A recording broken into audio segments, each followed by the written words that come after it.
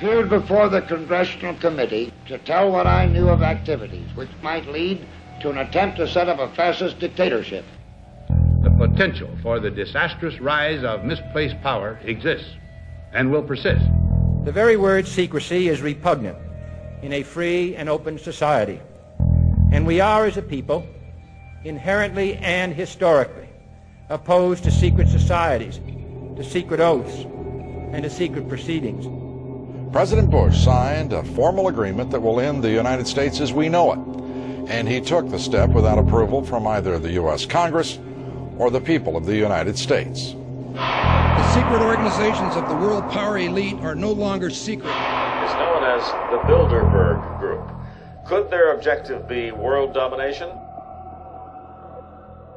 I'm Jim Tucker. I've chased Bilderberg for 30 years. I'll never give up the chase. Bilderberg plan for the whole world is nothing less than world government. I'm not comfortable with that at all. Who elected these guys to run the planet? They are the elitists. They feel they should run the world for their own selfish interests. Now we can see a new world coming into view. A world in which there is the very real prospect of a new world order.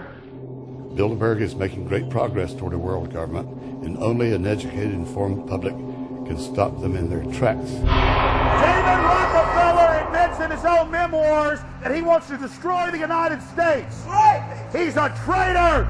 It's good to be back at the Council on Foreign Relations. As Pete mentioned, I've been a member for a long time and was actually a director for some period of time. I never mentioned that when I was campaigning for re-election back home in Wyoming. Let us never tolerate outrageous conspiracy theories.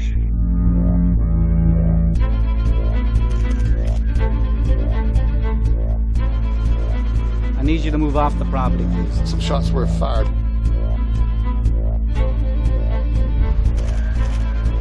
There's Bilderbergers right there. The Trans-Texas Corridor is a vital part because we stop it here in Texas. We stop the New World Order right here in Texas. This thing started here. And to save this country, we kill this damn thing here.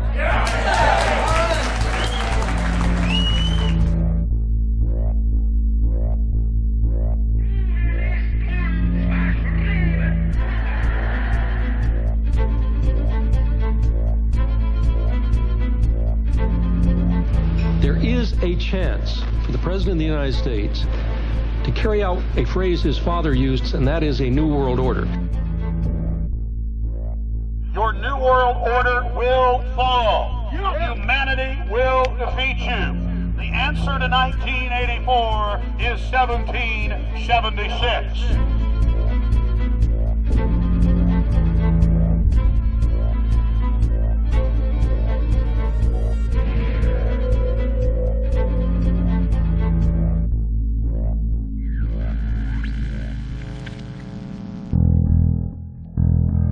In the near future, Earth is dominated by a powerful world government.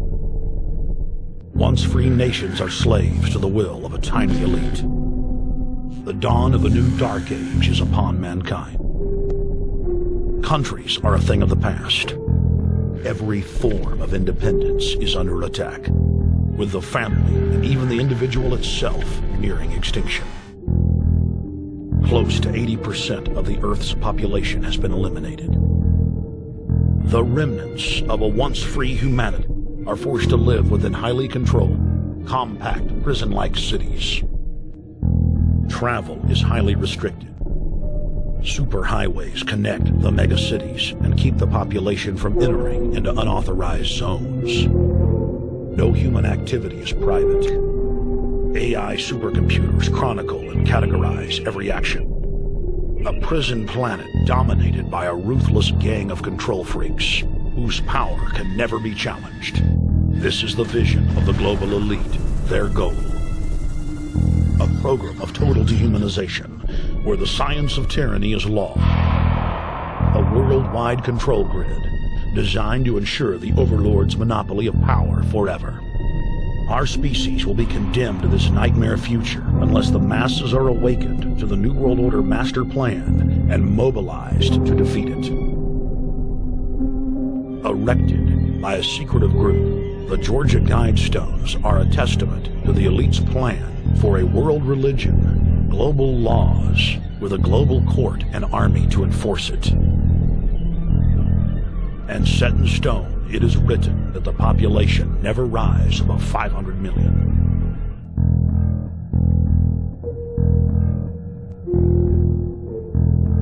In this film, you will learn how our world is truly governed. You will see how highly secretive roundtable groups interlock to form a global intelligence network. This group has been steering planetary affairs for hundreds of years. Now, in the final stage, they prepare for open world government. A goal tyrants throughout history have lusted after. Dr. Michael Kaufman is a published ecologist specializing in ecosystem research, forest ecology, and ecosystem classification. Dr. Kaufman played a key role in blocking the ratification of the Convention on Biological Diversity in the U.S. Senate. The concept of a New World Order has been around for centuries. It's been receiving tremendous play over the last half of the 20th century. George Bush, the first senior president, George Bush, used it a lot in his speeches and really implies that he really wants to see a order in which we have a universal or a global type of governance in which every human being on planet Earth is ultimately responsible to policies that are being formulated at the international level. It is a big idea, a new world order.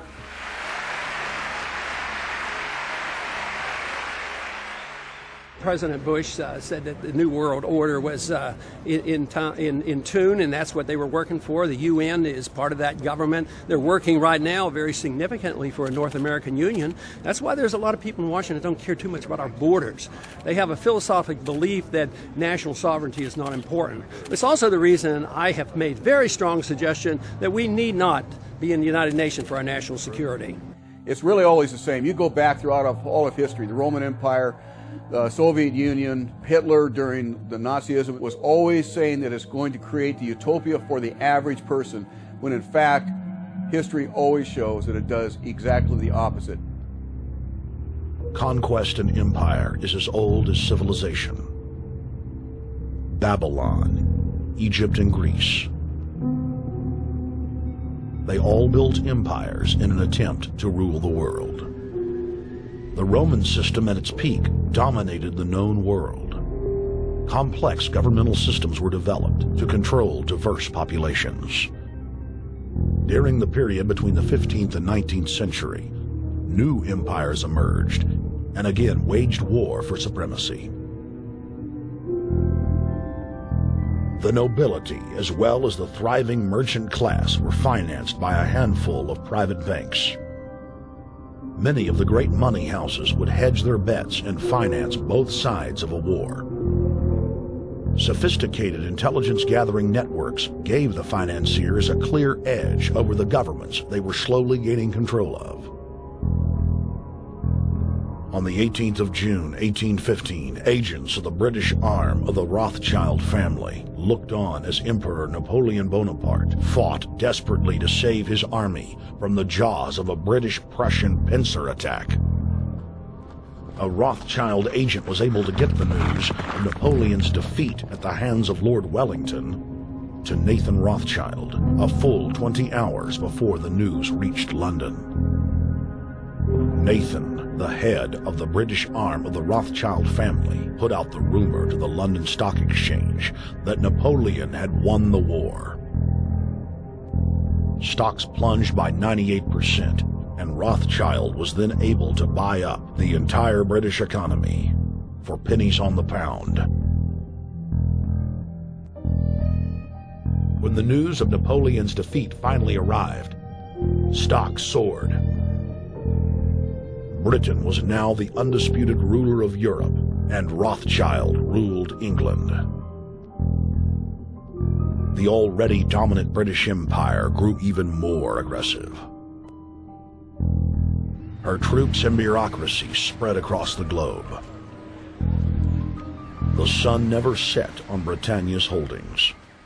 The banking cartel funded, in fact, since about 1800, they have funded both sides of almost every war. And of course, they're getting the interest off of the loans that they've given the various governments and the wars that they have actually helped stimulate and create. By 1900, Germany was a rising force and a leader of the Industrial Revolution. World War I, for instance, there was absolutely no reason to have World War I, except that it was an ideal opportunity for the banking cartel to make a pile of money by funding both sides of that particular war. On June 28, 1914, the heir to the Austrian-Hungarian throne, Archduke Franz Ferdinand, was assassinated while traveling in a motorcade.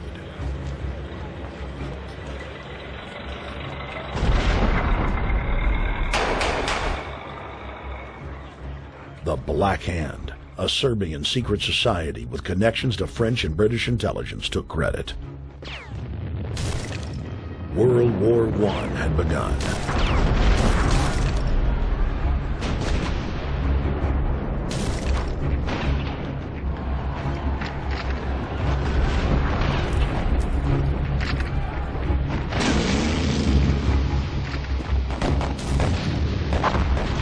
Armaments companies financed by Rothschild-controlled banks in Germany, France, England, and Austria bankrolled all the factions.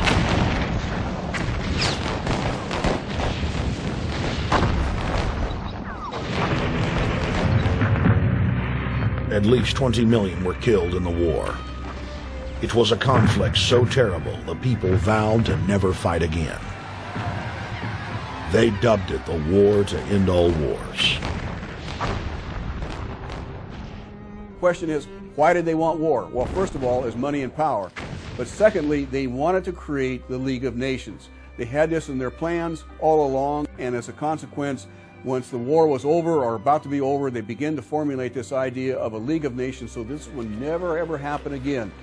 Hundreds of years of practice made the British experts at hiding their empire behind puppet governments and councils.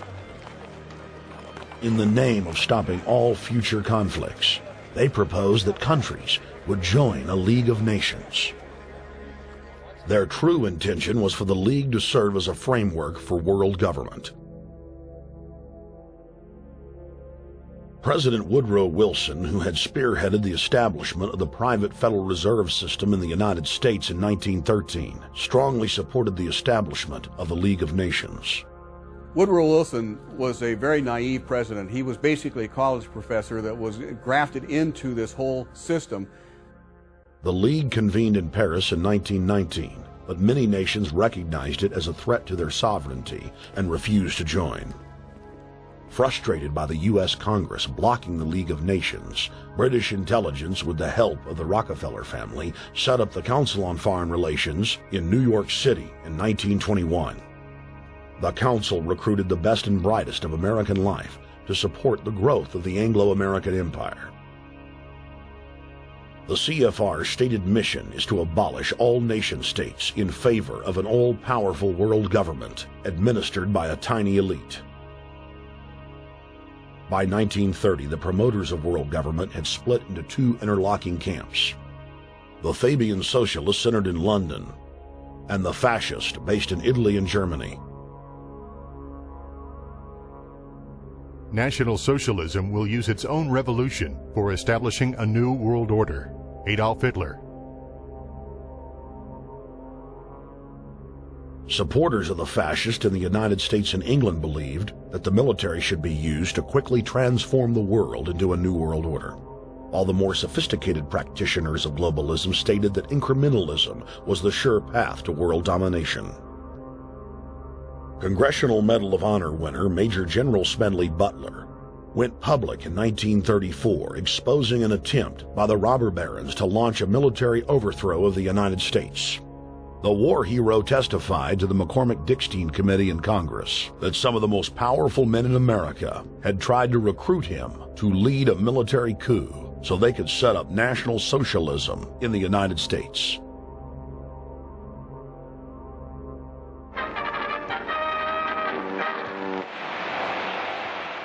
I appeared before the Congressional Committee the highest representation of the American people under subpoena to tell what I knew of activities which I believe might lead to an attempt to set up a fascist dictatorship.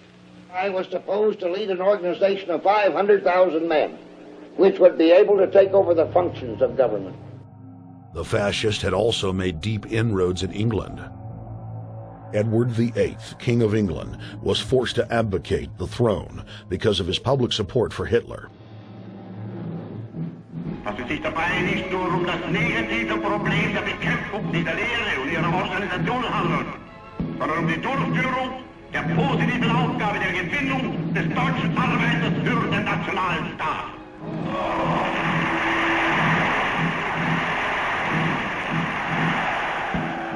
Though the German-led fascist camp was strong, the Fabian Socialist Bloc was able to maintain control of the U.S., Russia, and England.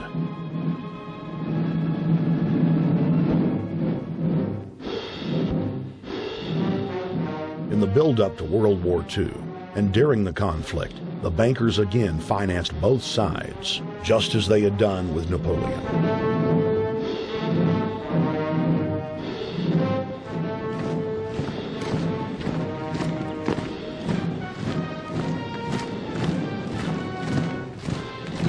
With the rise and fall of the Third Reich, Europe lay in ruins.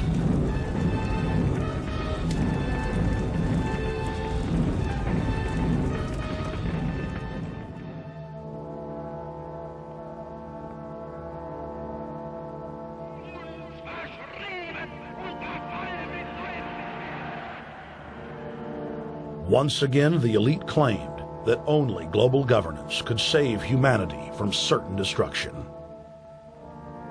And this time, the elite would succeed in setting up their world body.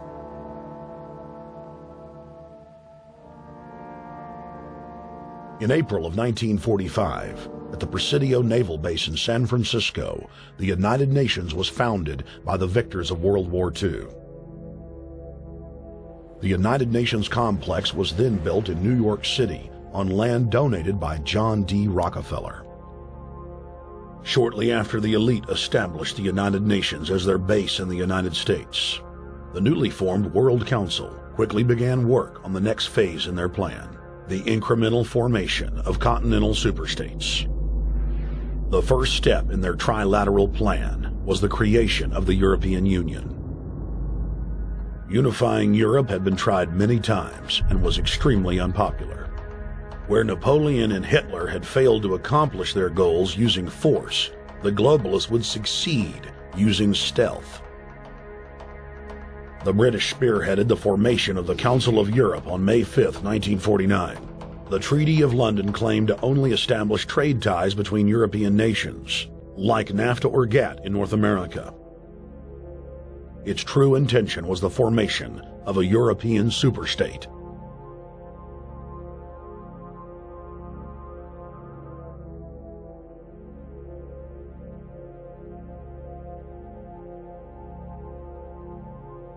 In 1954, the elite of the planet met in secret at the Bilderberg Hotel in Oosterbeek, Holland. The Bilderberg Group would later admit that their mission was the formation of the EU. Once the EU was established, under the guise of trade deals, a North American Union and Asian Union would be formed. The three interlocking superstates formed the core of the global government, while the United Nations would serve as a world regulatory and enforcement body over the Third World subregions. The Bilderberg Group consists of the heads of all of the managing roundtable groups that steer individual countries. Picture the elite power structure of the world as a giant pyramid, with only the elite of the elite at the tip top of the capstone.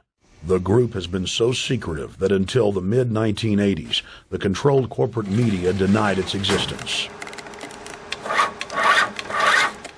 Into the late 1990s, coverage only consisted of rare one-line mentions.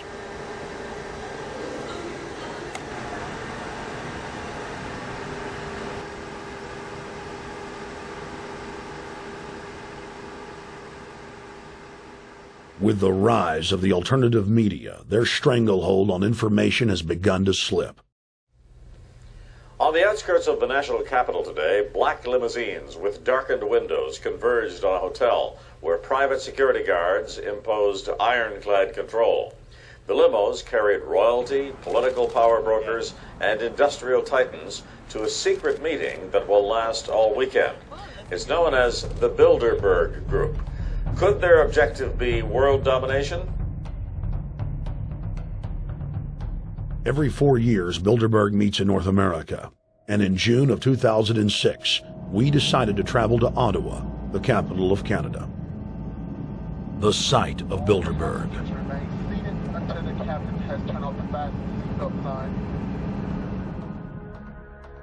In Bilderberg's long history, many reporters attempting to cover the group have been harassed, detained, and even jailed.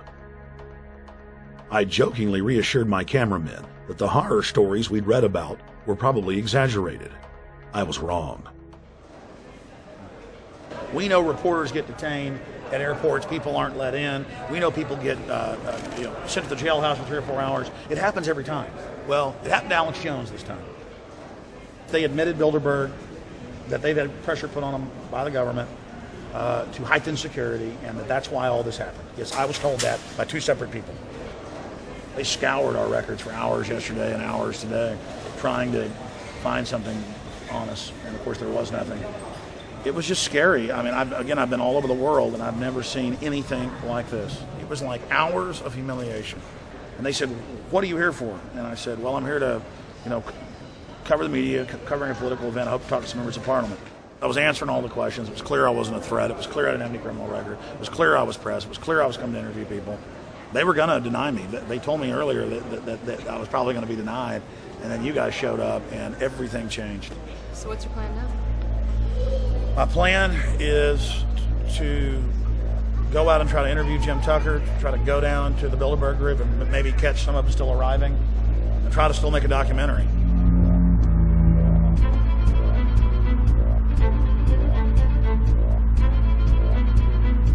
So instead of being here at 8 a.m.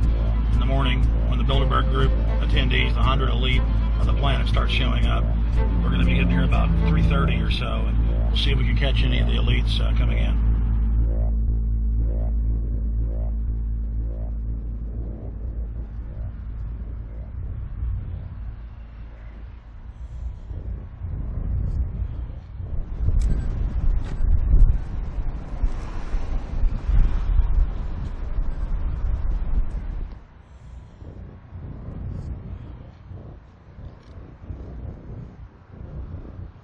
What do you think's on the agenda for this edition of the Bilderberg Society's annual meeting? They're debating the attack on Iran. They're talking about how to take out Hugo Chavez. They're talking about how to get their American Union in that destroys Canadian, U.S., and Mexican sovereignty. So we're talking about the death of Canada is what's happening in there right now. The death of your sovereignty is happening in there right now. CNN has even reported that these individuals have put out the policy reports through the Council on Foreign Relations that writes their scholarly white papers to end the United States, to end Canada, and to end Mexico. About 10 have come in. They've been coming in slowly in typically big black cars with what appears to be bulletproof glass, and we've got a few pictures of some of the people. We're being kept well back from the building by an awful lot of security people, but there'll be more security as this thing develops. Again, just a reminder to stay off the property, okay? I am. This is the line. We checked with the city. Thank you. How you doing? Yeah. Okay. Boston. The ex-president of Ireland? Maybe? Okay. Danny will know. I came here from upstate New York. I booked a room way in advance. When I checked in at 10 o'clock at night, they told me I had to be out at 8:30 in the morning. And so, of course, I complied to what they wanted. I wasn't happy about it because I had been tired. I drove quite a long way. Then I went down to have something to eat. And I just saw a bunch of security here, and I was wondering what was going on, and I asked questions. And they said they were having a wedding or they were having some sort of reception. So I decided to ask a couple more questions because I thought it was kind of weird. And then I saw them from my hotel window. They were in the back with flashlights looking at the trees, looking up through the trees, and they were also in front of the hotel, combing. It looked like combing the hotel. So I kind of was wondering what was going on, and I left. I got up this morning, I checked out, and then the fellow that I spoke with, the last fellow I spoke with, said, well, you'll know all about it in the newspaper. Well, I didn't have to wait because there was a group of people out here telling me everything that was going on. They're not fooling anybody any longer when you've got this many cops, you know, and detaining Alex Jones at the border.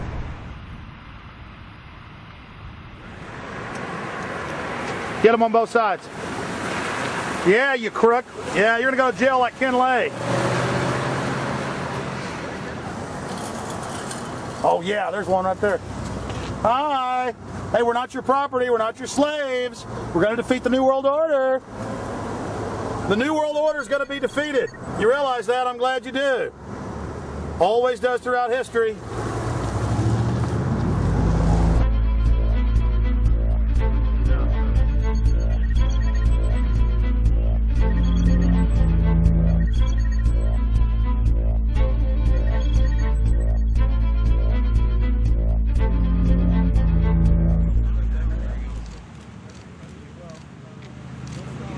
The boss. Boss is leaving.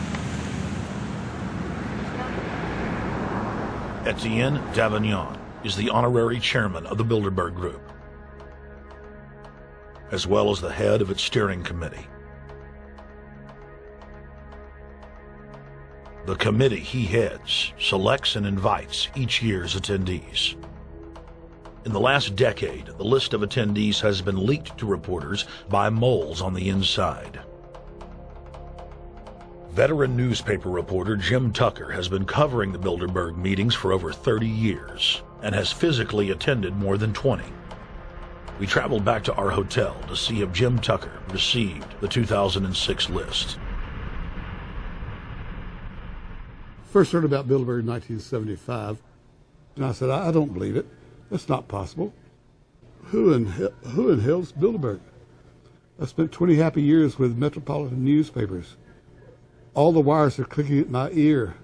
That could not happen without me knowing about it.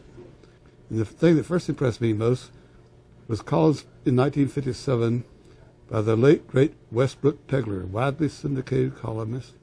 He wrote 2 lengthy columns about how approximately 100 leaders of international finance, heads of state, high public officials were meeting behind armed guards and closed doors on Jekyll Island, sealed off. What are these powerful internationalists doing? And why is it so secret? Why do they have armed guards outside? Why is it sealed off? The newspapers totally ignore it. Not a word. Total blackout in the United States. Since then, I've never stopped pursuing Bilderberg, or the whole international gangster organization led by Rockefellers and Rothschilds as they manipulate the world for their own selfish interest.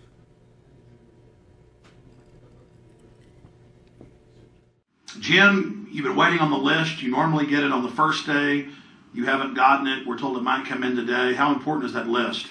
It's absolutely essential, although identifying people outside, as we always do, is important too, to find out who is not on their own list. In recent years, someone from Europe has sent a machine copy with a letterhead and so forth without identifying himself. So far, I haven't heard from him.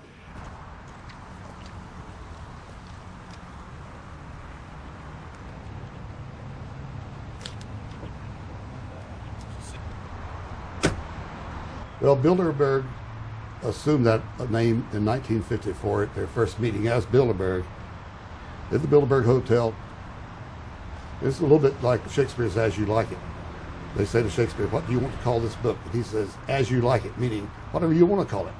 And they thought it was dictation, so one of his plays is called As You Like It, and the title has nothing to do with the play. So that's how the Bilderberg came by their name. Now, they had been meeting for half a century. The moneyed class had been meeting But they decide they have to meet systematically every year, well planned in advance, in addition to maybe other smaller meetings throughout the year. Sure this is the right turn, Jim? No. Let's see if we can start.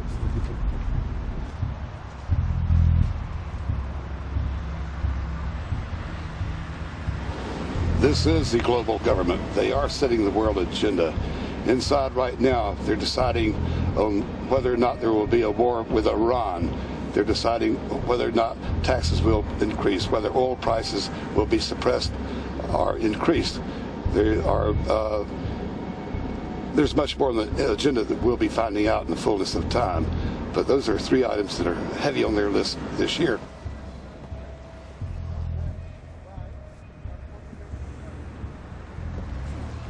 This is Jim Tucker, ladies and gentlemen. Yes. 27 years covering these crooks. Mr. Tucker, God bless pleasure to meet you. The media said he was crazy, it didn't exist. Now we forced him. 120 of the world's most powerful men, heads of state from Europe, high officials of the United States government, Treasury, White House, state, defense. They're setting the world agenda now. The reason they want secrecy is because they're doing evil. Evil is done under the cover of darkness. Good works are done in the sunshine.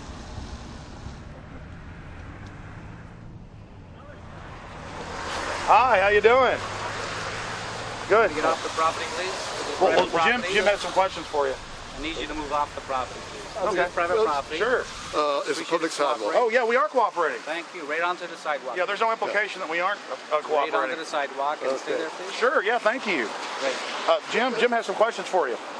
Again, I need you to stay right on the sidewalk. Yeah. Thank you very much. We actually checked with the city. The property line's actually right here. Also, that's good. Property line's actually right here.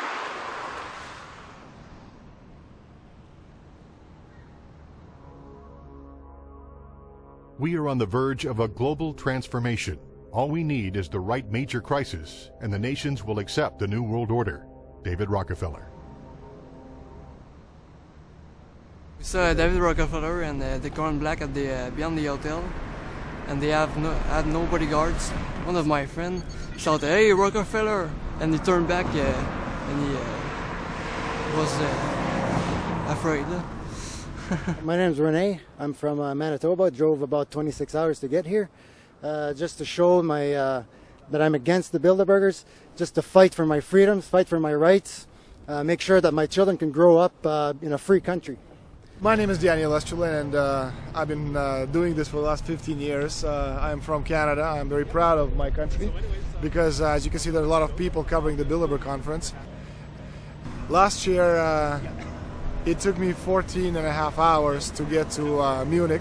I was pulled off the plane in Milan. I was pulled off the plane in Munich. They interrogated me 4 hours in both places. I was able to call a friend, a journalist in Rome, as a result of his presence and others. Calling the Foreign Ministry Department in Italy, they backed off and they let me go. They basically told me that they're keeping an eye on me 24 hours of the day. The little hotel where we were staying at, Jim and I, out of the 20 rooms, 6 were occupied, 3 by the CIA and 3 by the German Secret Service. That's how serious these people are, and that's how afraid they are of actually what we may be able to reveal and what we actually do reveal publicly about the Bilderberger intents. Daniel Estrelin has covered the Bilderberg meetings in Europe and North America for more than 15 years. His book, Club Bilderberg, has been translated into more than 20 languages and is a global bestseller. Estrelin has photographed many past Bilderberg meetings. Rockefeller frontman Henry Kissinger is always a key participant. Here you see the president of the CFR, Richard N. Haas, followed by Vice Chairman of Rothschild Europe, Franco Barnaby, who is speaking with Henry Kravitz. And behind them is Richard Holbrooke, former U.S. Ambassador to the United Nations. The head of Daimler Chrysler, Jürgen Erich Schrimp, arrives by helicopter. Here, the owner of the Washington Post, Donald Graham, escorts Indra Nooyi, the head of PepsiCo. Queen Beatrix of the Netherlands, whose father, Prince Bernhard, founded Bilderberg, is a leading figure in the group. Of course, globalist kingpin David Rockefeller, seen here with his bodyguard, James Ford, always attends. The then newly appointed World Bank chief Paul Wolfowitz is photographed at Bilderberg 2005. It has been reported that Wolfowitz had attended previous meetings while still the Deputy Secretary of Defense, a violation of the Logan Act. Under the Logan Act, it is a felony offense for any member of the federal or state government to meet with members of a foreign government without the express authority and authorization of the President or Congress. Put simply, it is illegal for members of the government to meet secretly behind closed doors with foreign power brokers due to the problems of corruption and espionage that it breeds.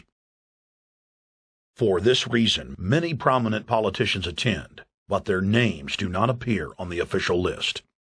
Despite the Logan Act, the governor of New York's name, George Pataki, does appear on the list, and we were able to catch the governor on tape walking with David Rockefeller at Brook Street. Multiple staff members inside Brook Street reported to us that Hillary Clinton attended for half a day. Several armored limos with diplomatic plates did arrive with police escorts and offloaded their passengers in the underground parking garage out of the sight of the press. Former World Bank President James Wolfensohn sardonically stared at our cameras.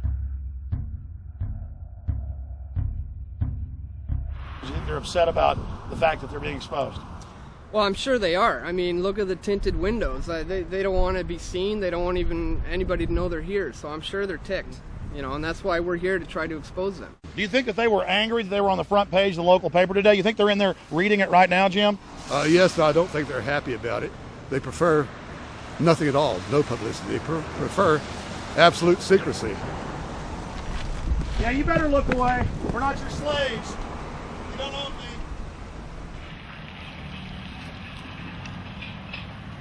Did you get a list of the attendees and everything, or not? No, I've asked for one under a slight variation of my name, and I don't know if I'll get it or not. Also, it could happen today. For the last 3 years, I get back to the hotel. And there's a copy there waiting for you.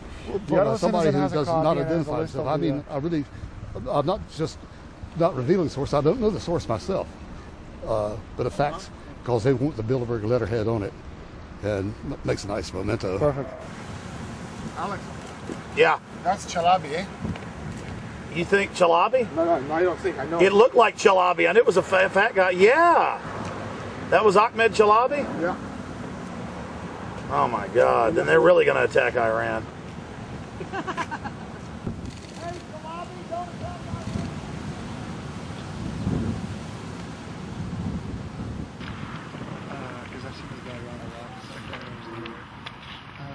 This guy is too president. It's S, Scandinavia. Adrian Woolwich. That's Maria Monti. Over the last couple of years, they've been reeling with the amount of leakage that they've been experiencing, so it's getting harder and harder. But again, it will never get too hard for us because of the sources that we have inside are top-notch sources. People who are actually working for them, the Secret Service, the second layer, people in the Bilderbergers, the clerks, the administrative office, they're there. They are our eyes and ears, and every time there's something out, we always get the information. That's Francisco Pinto Balsamao. I think that's the Queen. It's the Queen. Yeah. Oh my God, you can't miss her earrings. You see her? Yes. Oh my God. The Queen of Holland. What usually happens, the Secret Service guys who are protecting the Bilderberg delegates, the staff, the cooks, the chefs, when they actually get to see and to hear what some of these nasty people are talking about, they're the first ones to look for us and the first ones to make sure that we get the information from the meeting. We're very rigorous with information that does come out. We double, triple, and quadruple confirm the sources, make sure that all the information checks out. A lot of the stuff, the Bilderbergers have planted information, make sure that this disinformation nullifies the accuracy of the reporting, which is why we never publish the first thing we hear.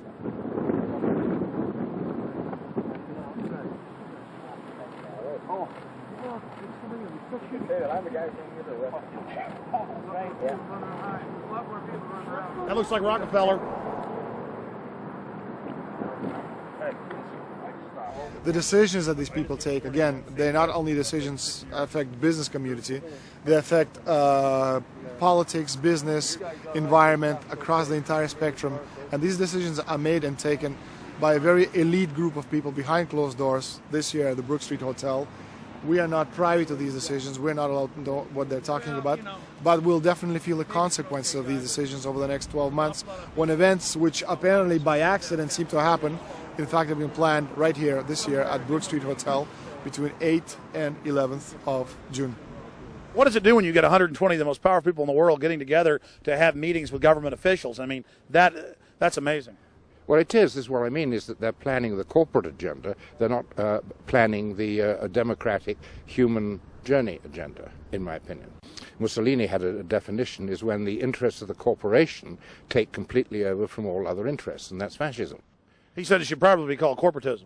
Well, call it corporatism, call it fascism, call it neo-lib, neo-con. There's a whole variety of political words, depending on which side of the stripe you come from, to start with, which describes the thing. But what they are describing is the complete end of democracy, the end of what matters to people, the end of what happens to the human journey. And for that reason, I think this is revolting. Ladies and gentlemen, we're here in Canada today to stand up against the Bilderberg Group that is attempting to get rid of the sovereignty of the United States. The truth of your world government has now been exposed. We know you are ruthless. We know you are evil. To David Rockefeller, to the Rothschild representatives here, to the Queen of the Netherlands, to all of you, we tell you, you are not our queens. You are not our kings. You are not our gods. We do not belong to you. We are not your slaves. We stand as free humans, have stood since the beginning of time against the strong men, against the thugs, against the bullies. We will defeat your world government. We will defeat world taxation. We will defeat your control grid. God is on our side. I stand before the creator of the universe, and I ask the creator of the universe, as our founding fathers did in 1776, to lead, guide, and direct us, and to give us the power and the foresight and the understanding and the will to stand against your entire agenda, including your final plan of world population reduction of 80% that Henry Kissinger penned in 1973. Why do you put mercury in the vaccines, sodium fluoride in the water? Why? Why do you put cancer viruses in the vaccines? Why have you used depleted uranium now in 4 separate nations? You're arrogant. You have the sickness that elites have had throughout history in their literal and, in some cases, figurative ivory towers. You believe that you're invincible. You will and you are failing now. Your New World Order will fall. Humanity will defeat you. The answer to 1984 is 1776.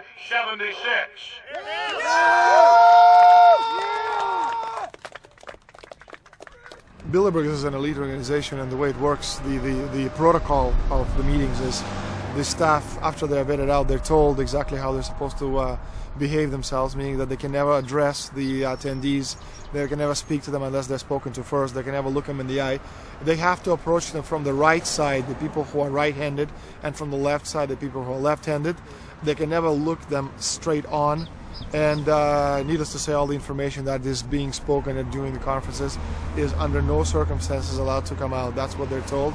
They're threatened with not being able to find another job anywhere in the sector if they reveal any information to the press.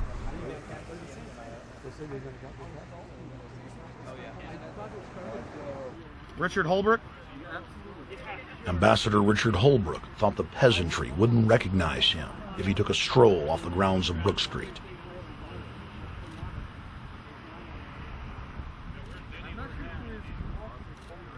Holbrooke cackled when I told him that we were not his slaves.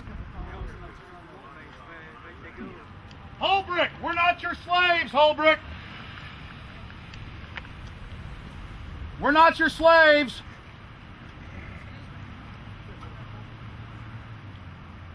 Holbrooke, we don't belong to you. We're not your property. Get back on the sidewalk. We're free humanity! Yeah, there he goes. Coward. They love it.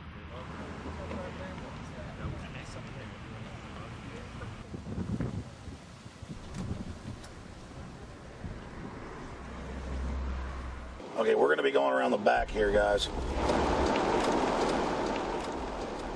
Hey guys, how you doing?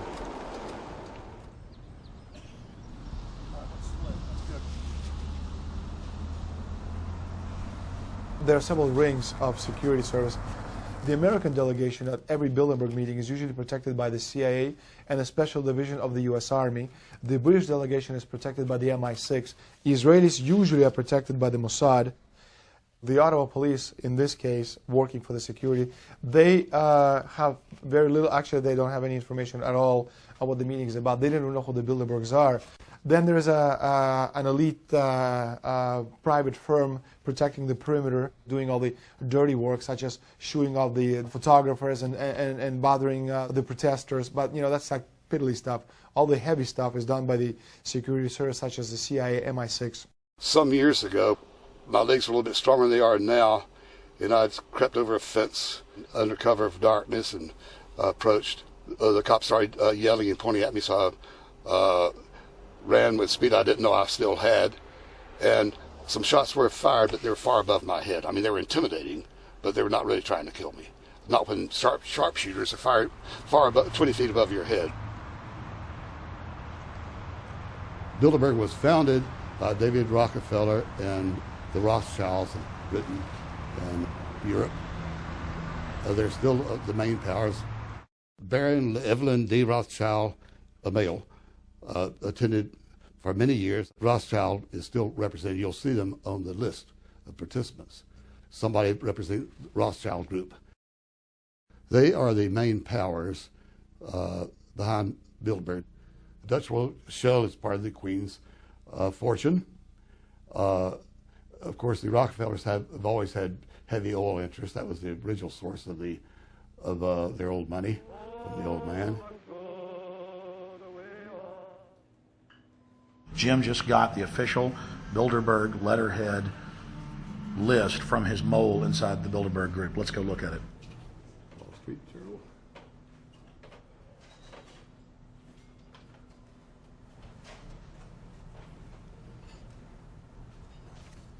So, Jim, you got the list. Yeah. Did we identify Wolfowitz as being here because he's not on the list? No, we positively identified Wolfenson. Yeah, he's on the list. Yeah, there's Wolfenson right there, James Yep. Wolfenson. But aren't there always people who aren't listed? Yep. Over the years, we've identified like sometimes one, sometimes three people who are not on their own list who have attended.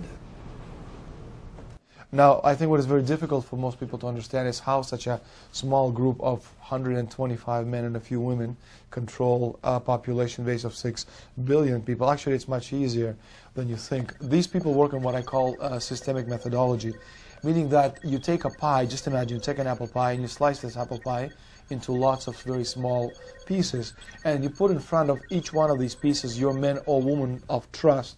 And by controlling this individual, you control an entire organization.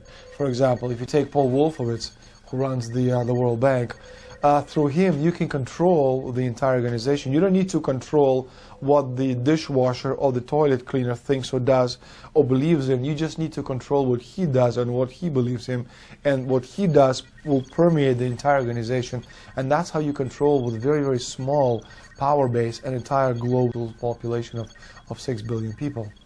Bilderberg is making great progress toward a world government. They have created a superstate in Europe called the European Union. They're intent on creating a Western Hemisphere Union called the American Union. NAFTA is to be expanded into every country in this hemisphere. As NAFTA expands, it will take on the role of the American Union. And only an educated, informed public can stop them in their tracks. We went into downtown Ottawa and talked to locals to learn if they were aware of the elite meeting in their city.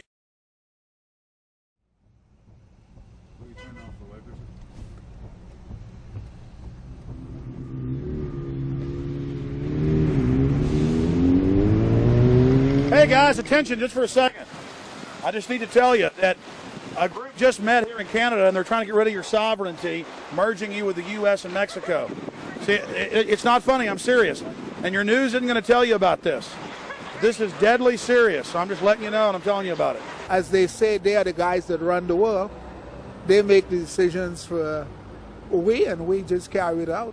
Sir, did you hear about the Bilderberg Group meeting here in town, the 120 most elite people in the world? No.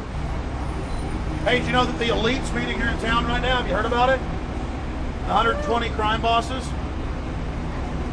None of you heard of it? None of you guys have heard of the Bilderberg Group? They're meeting right now. In the city, around 10% of the people were aware of the New World Order agenda. When we traveled to Parliament, close to half of the people we randomly spoke to were informed.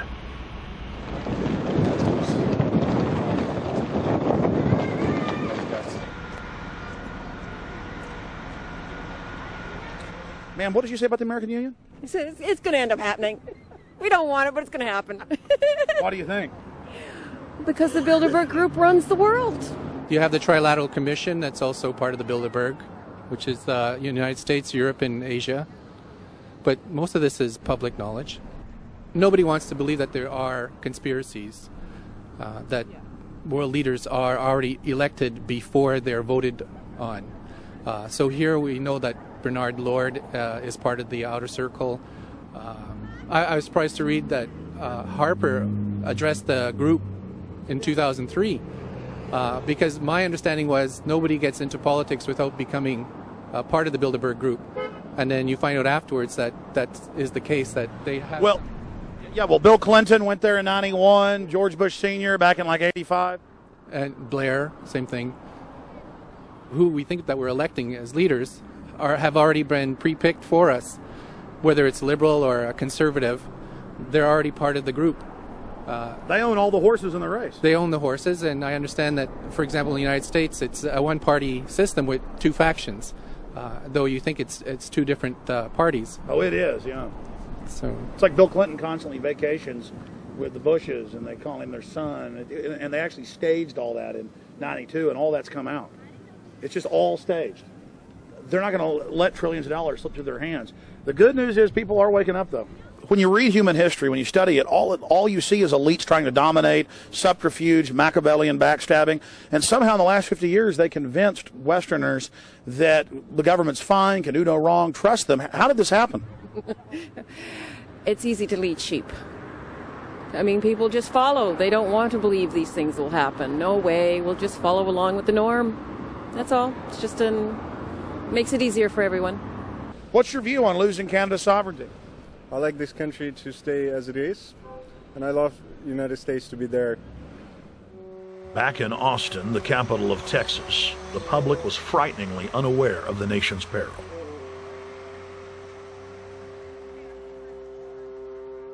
Have you heard about the North American Union? Not really, no. I don't watch TV. No, I haven't. Interesting. I was not aware of that. I don't know exactly what you mean, so... I don't think there's going to be a merger of the three nations. No, I have not. No. No, I didn't know this was happening, so... Yes, I have. Oh, you have heard about it? Yes. After that big rally the other day, don't know about it? I don't know about anything. No, I have not. Have you heard of the European Union? I have, yes. Are you aware of the European Union? Oh, yeah, of course. Have you heard about the European Union? Heard about them. Do you know about the European Union? No. Europe, 15-member group expanding? A what? 15 nations of Europe merging in 2000. Whatever. For over 50 years, the Bilderberg Group constructed the European Union by stealth under the guise of trade deals. Now the elite are using the same secretive program to complete the North American Union. But this time, superstate integration is on the extreme fast track. International agreements like NAFTA, GATT, and APEC were just stepping stones in the formation of the NAU. The North American Union was officially born at Baylor University in Waco, Texas, on March 23, 2005. The leaders of the United States, Mexico, and Canada told the press that they were only meeting to discuss trade. It soon leaked that a secret meeting had been held during the Security and Prosperity Trilateral Summit. The three governments had refused to release the secret agreement to the people. In September of 2006, their treasonous operation was blown wide open. From September 12th to September 14th, in Banff, Canada, hundreds of elected and appointed government leaders from Canada, Mexico, and the United States met in secret.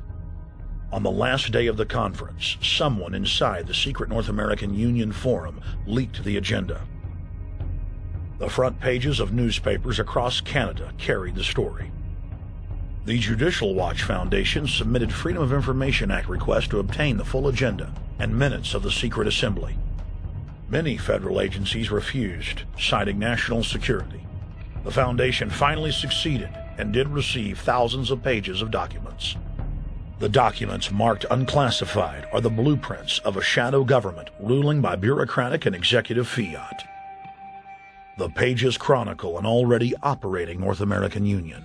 Transportation, law enforcement, agriculture, regulation, banking, manufacturing, construction, education, immigration, and even the military are being merged with no input from the people or their elected representatives in Congress and Parliament. One of the first items on their agenda was to stress how important it was that their plan, quote, be carried out by stealth. The controllers also talked about exploiting the public's fears of climate change to push a continent-wide tax to fund the new government. Globalist tool Robert Pastor is incessantly paraded on the world stage as the man behind the North American merger. When he testified before Congress, he pushed the idea of a continental security perimeter that erases national boundaries and merges the security apparatus. The best way to secure the United States today is not at our two borders with Mexico and Canada, but at the borders of North America as a whole. In fact, the North American Command, based in Colorado Springs, Colorado, was clearly running the meeting in Canada. For the past decade, the Pentagon has been training with Mexican and Canadian forces and has openly discussed using them inside the United States for disasters and to quell domestic unrest. There are already over 100,000 non-U.S. citizens serving in the U.S. Armed Forces. The Pentagon is now expanding its recruiting centers in Mexico, the Philippines, and Eastern Europe. Big city police departments nationwide are lobbying to change laws so they can recruit non-citizens to join the police force. What we are witnessing is a Red Dawn scenario in slow motion. Tyrants throughout history have brought in foreigners to oppress their domestic populations.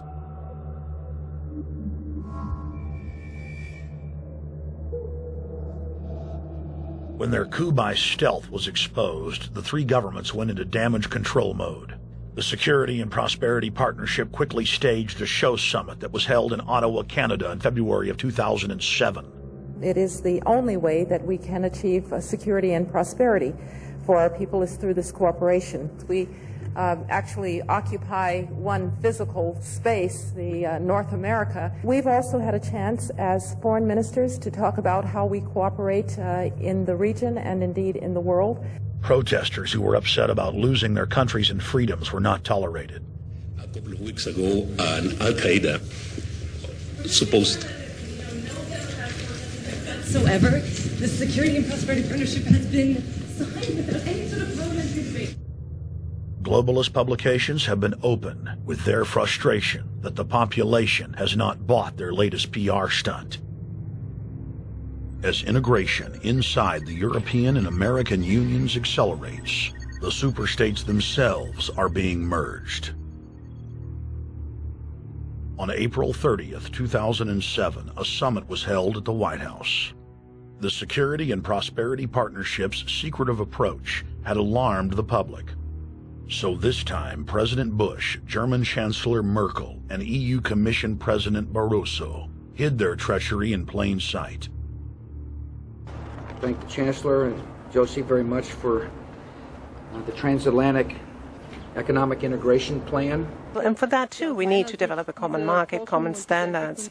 So this is indeed a very important agreement, an agreement that also brings with it a transatlantic economic council to be a permanent body with senior people on both sides of the Atlantic that will look at all those issues in a concrete manner, in which way we can make it move forward. The BBC reported that the US and EU had agreed on a single market.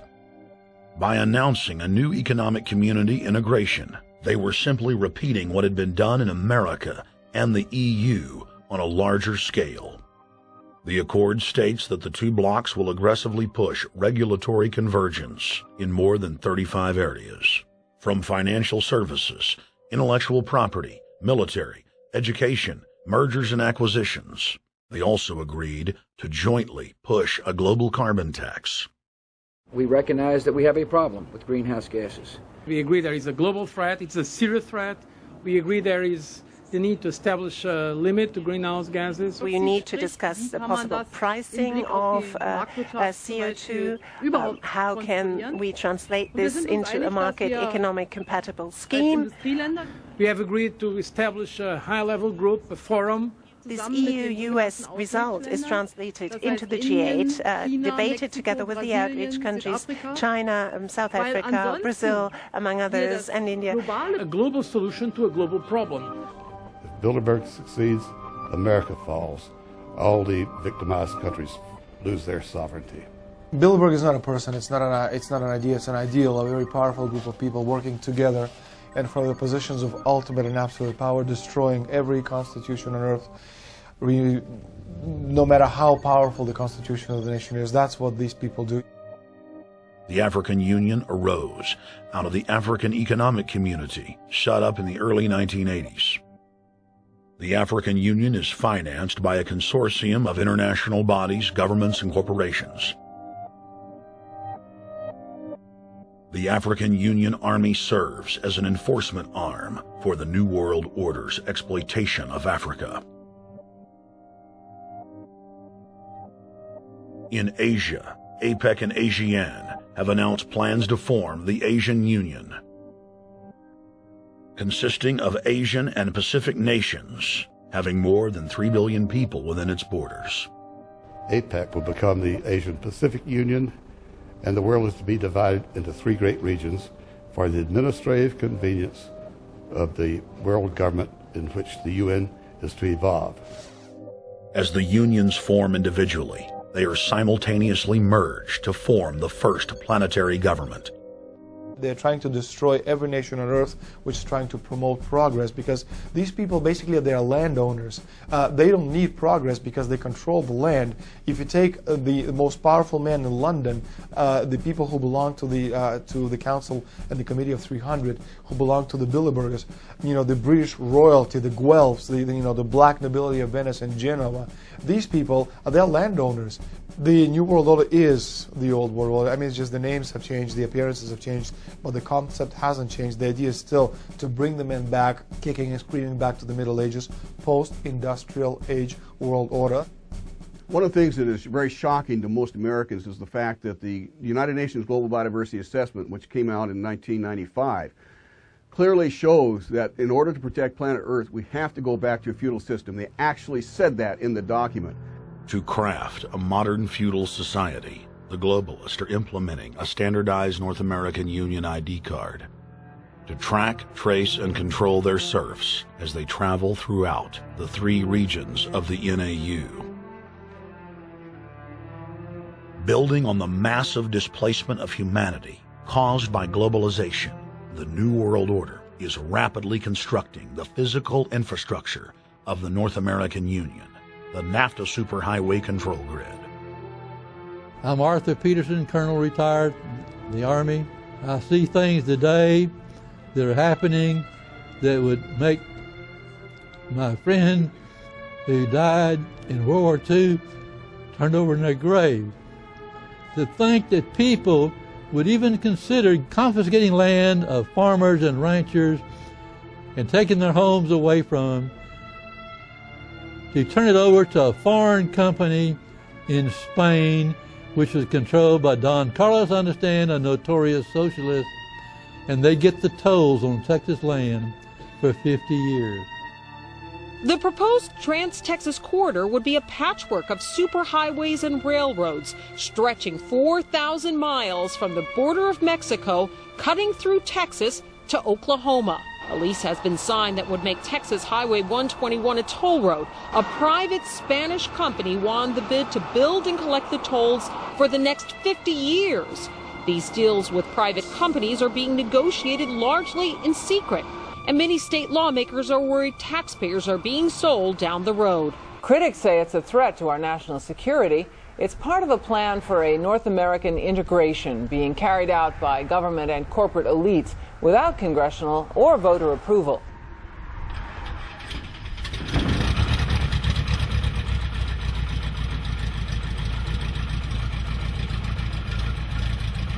We took to the air over central Texas to get a bird's-eye view of the Trans-Texas Corridor, which is under construction and will form the heart of the Trans-NAFTA superhighway system.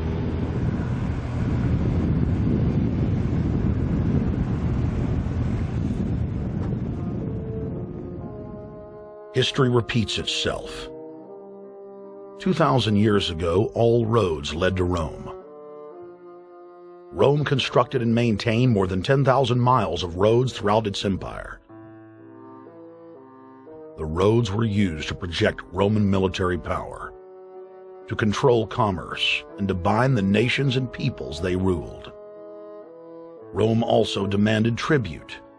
Roman subjects from Albion to Judea were forced to pay a tax to use the roads. The Romans would then use the tax to dominate their subjects. Today's superhighways are a powerful tool in the globalist arsenal. They are instrumental in tearing down national borders and merging nation-states into larger confederations.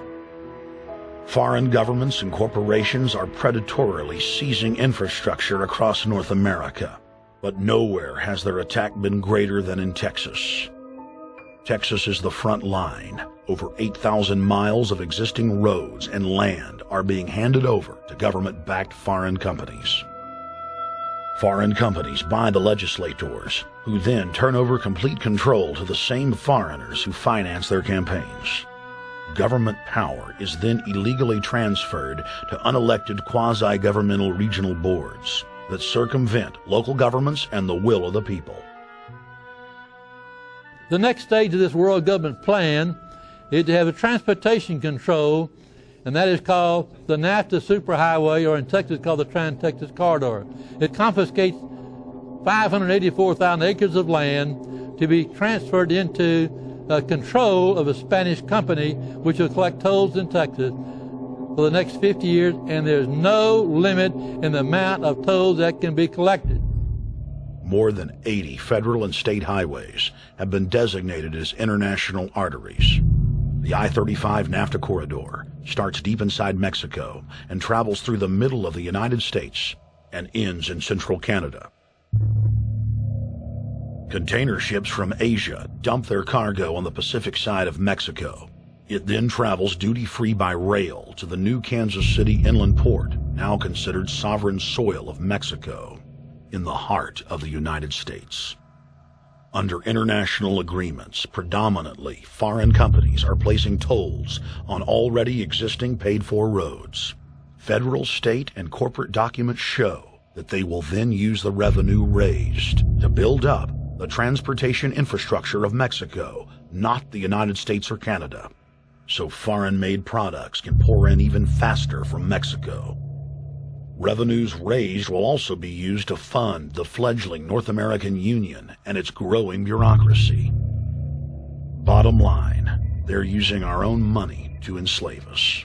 First of all, they're proposing a North American tribunal, which would be similar to what we have in Chapter 11 of the NAFTA agreement, which is trumped by international law. The U.S. Supreme Court and our Constitution could potentially be rendered invalid, and what we would have is new North American business law that would trump what we have here in the United States. What is also interesting to note that the NAFTA headquarters is in Mexico and controls the United States trade and rules against the United States Congress, and no one seems to challenge it. It's very probable and probably inevitable that our right to bear arms would be challenged in a North American court. So this is just an example of what's happening and what's being proposed. We want to keep our trial by jury system. We want to keep our right to keep and bear arms. We want a system where we have a Supreme Court and not have a tribunal that will be superior to the Supreme Court. In 2005, Cintra, a Spanish-owned company, signed a secret agreement with the Texas Department of Transportation to erect toll roads on existing roads and to toll new roads that were completely paid for by tax dollars. There are people, believe it or not, in Texas who don't know what the Trans-Texas Corridor is. Right. TTC 69, which they'll have the environmental hearing starting this spring on, runs through my part of the state. And there are people over there who have no idea what's fixing to come in their backyard. TxDOT, an unelected state agency, claimed that the agreement with the foreign company was even secret from the Texas legislature. When the truth came out, newspapers across the state called for heads to roll politically. Cintra's response was to have its Australian subsidiary make its first U.S. newspaper buy. Every newspaper they bought was along branches of the Trans-Texas Corridor and had been critical of the toll road plan. The cost of 40 or 50 newspapers is nothing compared to the profits that'll be made. Just Phase 1 alone of the state toll road plan is estimated to raise more than $200 billion in just the first 15 years. And Texas is only a small part of the global panorama. A combine of transnational companies is aggressively consolidating public finance infrastructure worldwide, and the same interests are erecting a world government according to their rules. A literal wonderland of corporate corruption, where governments simply act as vacuum cleaners, sucking up the wealth and resources of the middle class and transferring it to offshore bank accounts, leaving behind a cultural and economic wasteland of easily managed slaves. The whole purpose about the North American Free Trade Agreement is not about trade, it's about control. Control of people. CAFTA is even worse. Control of people. It's not about trade, it's subsidized trade with taxpayers' funds. This thing started here. And to save this country, we kill this damn thing here. To stop it here in Texas, we stop the New World Order right here in Texas. Polls consistently show that over 90% of the people are against the NAFTA highway systems and its toll roads. As the people learned of the threat, they got angry and took action. Our ranch is part of the original Spanish land grant, and I would love to not have to give it back to Spain.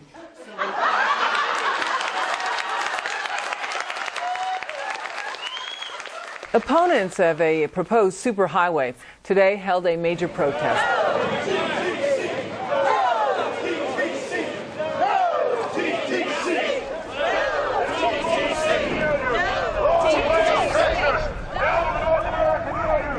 A majority of Texas counties have voted to resist the plan for a North American Union and have vowed to block the construction of its infrastructure. Heck, we already know in a law that was passed by a subservient United States Congress, where practically nobody in the entire Congress stood up and said, no, they've already passed a law saying all their driver's licenses are going to be chipped. Well, I'm telling you right now, I'm not going to carry in a driver's license that's got a chip in it so Big Brother can watch everywhere I go and see everything I do. No, no, hell no. No, all of it. No, no. We, the people, own this plot of ground. We, the people, own those trees there. We, the people, own our beautiful Texas, and we are not going to let a bunch of crooks and robber barons take our beautiful Texas away from us. Hell no!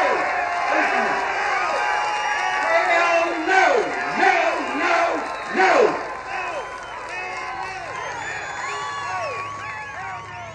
RFID tracker chips embedded in state inspection stickers and toll tags are already being used to track the population. The new system is also meant to control growth and steer development through so-called smart growth. smart growth, which is nothing more than an effort to bring control into the cities.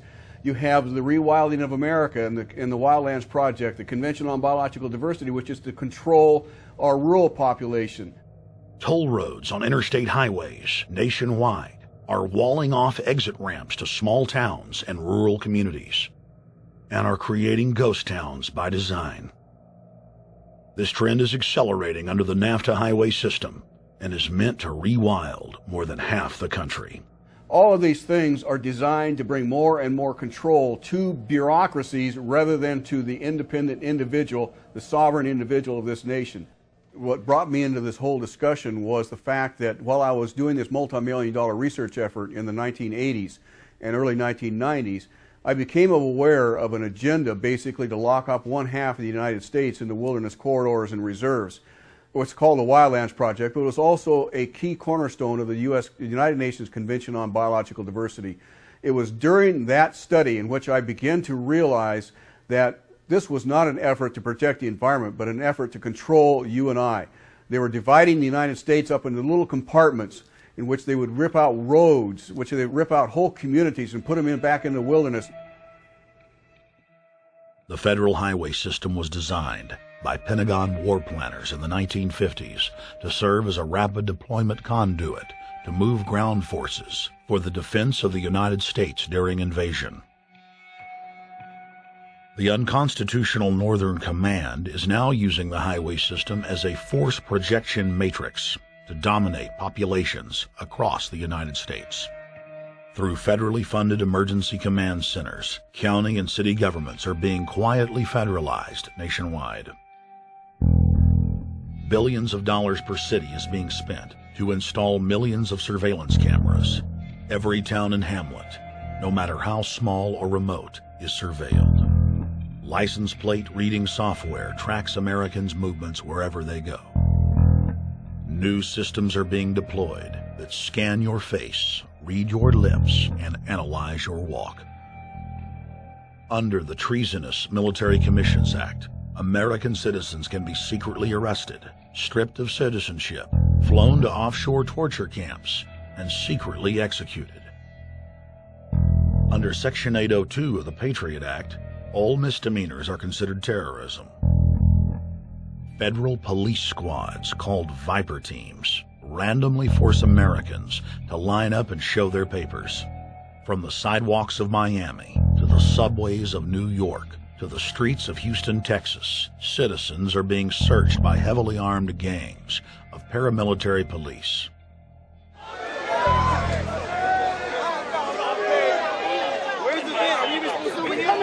Come on, guys, come in. Yo, can you get that camera off of us, sir?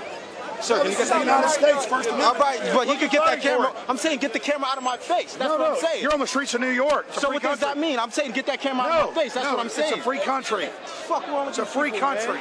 Get this damn camera out of my face. Hey, this isn't Nazi Germany. There's no camera in your face. God. Hey, move to Russia, okay?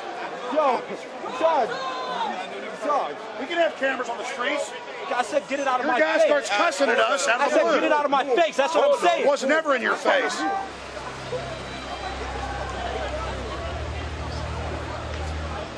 Yo. Long before 9/11, the Pentagon was aggressively violating the federal law that bars the military from policing the American people. Coast to coast, for more than 2 decades, teams of troops would just appear out of nowhere and randomly stop cars and search pedestrians. The acclamation accelerated with regular Army searching bags at the Super Bowl and the Kentucky Derby, as well as other high-profile events.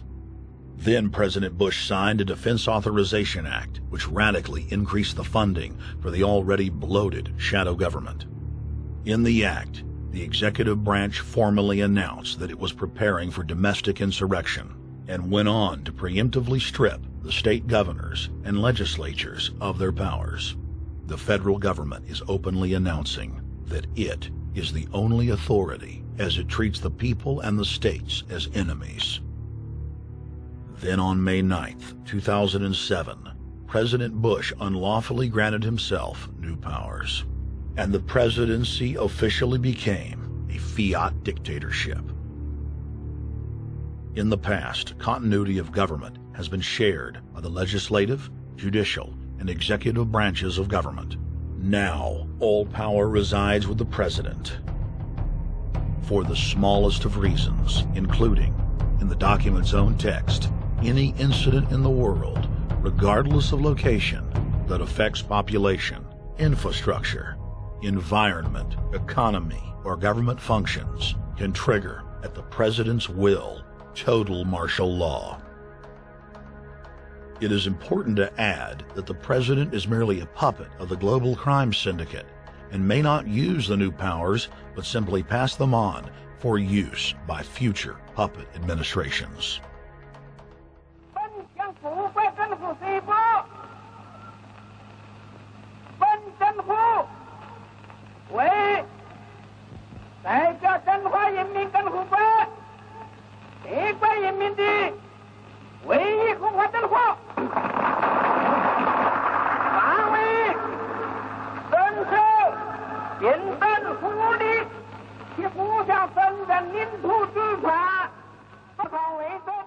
Приобретена эта победа.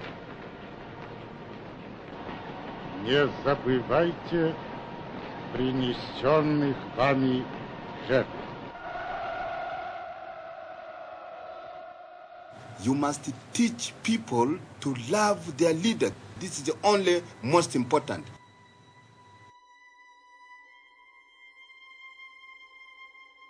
Why don't we learn from the mistakes of our ancestors? Why does humankind find itself bound in a cycle of bloodshed and enslavement? Predatory elites have always rationalized their oppression by claiming that they are superior and have the divine right to rule, when all they really are is a gaggle of ruthless psychopaths, parasitically feeding on the host population until their cancerous movement causes the collapse of the host. There have been thousands of tyrannical governments in history, and less than 10 that can truly be called free. In the 20th century alone, over 150 million people were murdered at the hands of the state. In Russia, the Red Terror consumed the lives of more than 60 million men, women, and children. Hitler's war killed 22 million. During Mao Zedong's reign alone, more than 60 million peasant farmers were killed. And the list goes on. 300,000 innocent civilians killed in Guatemala. More than 2 million souls brutally murdered by the government of Cambodia. 1,500,000 killed in Turkey. 300,000 in Uganda. 800,000 plus hacked to death with machetes in Rwanda. Sadly, there are too many examples of innocent families being exterminated by their governments on an industrial scale, to name them all. It is a historical fact that the state is the #1 cause of unnatural death.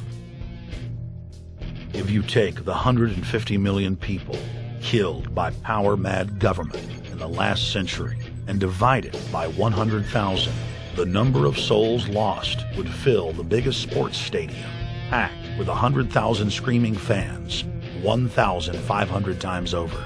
That's 1,500 sports stadiums, crammed with 100,000 people each, all exterminated. For those who think it can't happen here or won't happen to them, you have been warned. The carnage witnessed in the last 100 years was only the preparatory phase of the New World Order's master plan. 稍有常识的人都会看出，如果我们的铁骑继续前进，这个螳臂挡车的歹徒难道能够阻挡得了吗？ Hitler and Stalin's crimes are now part of history. But the communist Chinese system of evil is not content with racking up the highest death toll in history.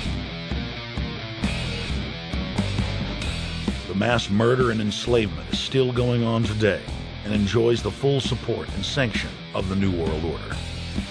摄像机拍下的这个画面，同西方某些国家的宣传恰恰相反。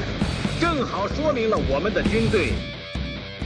Communist China serves as a globalist laboratory, a proving ground where 1.4 billion people live out their lives as guinea pigs who serve as test subjects for the formulation of the brave new world. U.S. and British forces worked closely with Mao Zedong during World War II, and at the end of the war, they secretly backed Mao in driving out Chiang Kai-shek and the Nationalist. The OSS, and then the CIA, believed that Mao would have a stabilizing effect.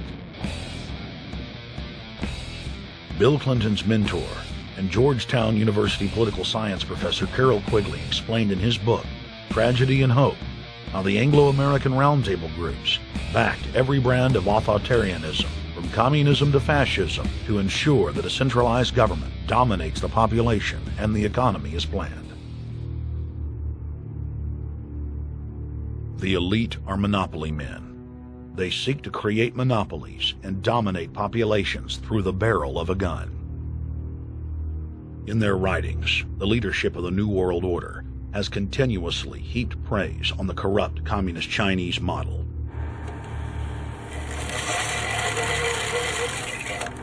In August of 1973, in an article written by David Rockefeller for the New York Times, Rockefeller openly lauds and endorses Mao Zedong's actions, while celebrating their command and control system.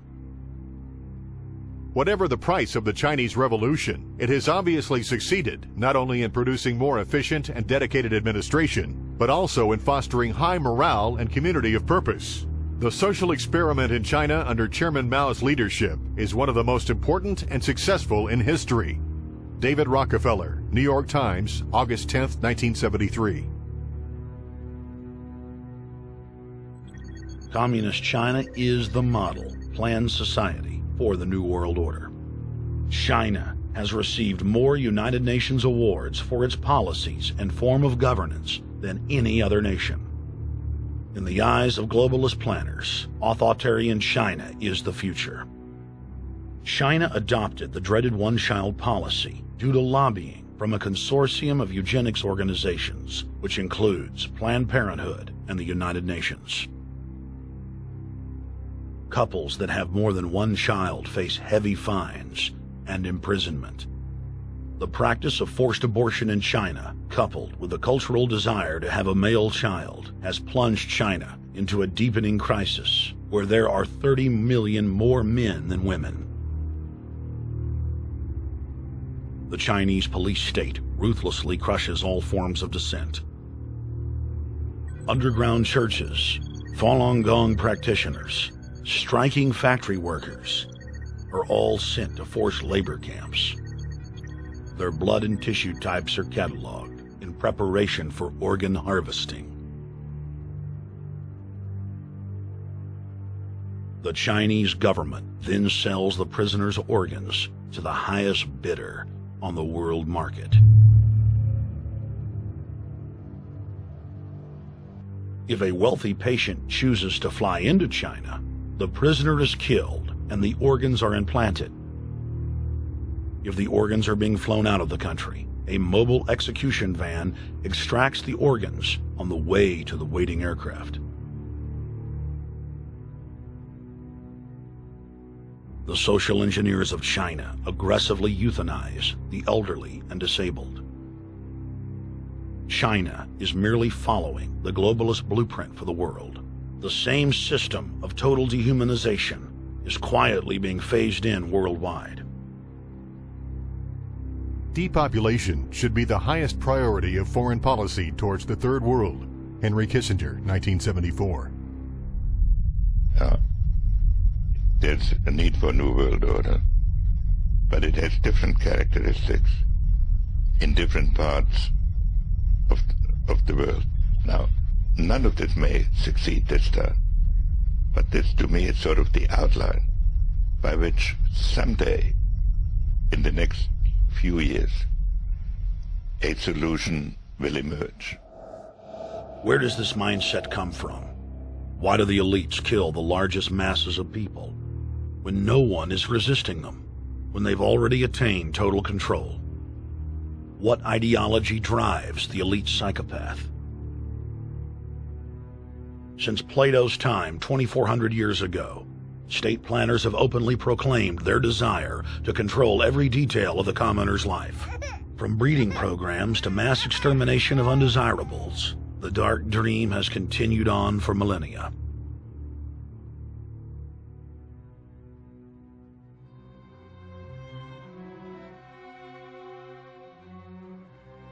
The scientific rationale for tyranny has always been attractive to elites because it creates a convenient excuse for treating their fellow man as lower than animals.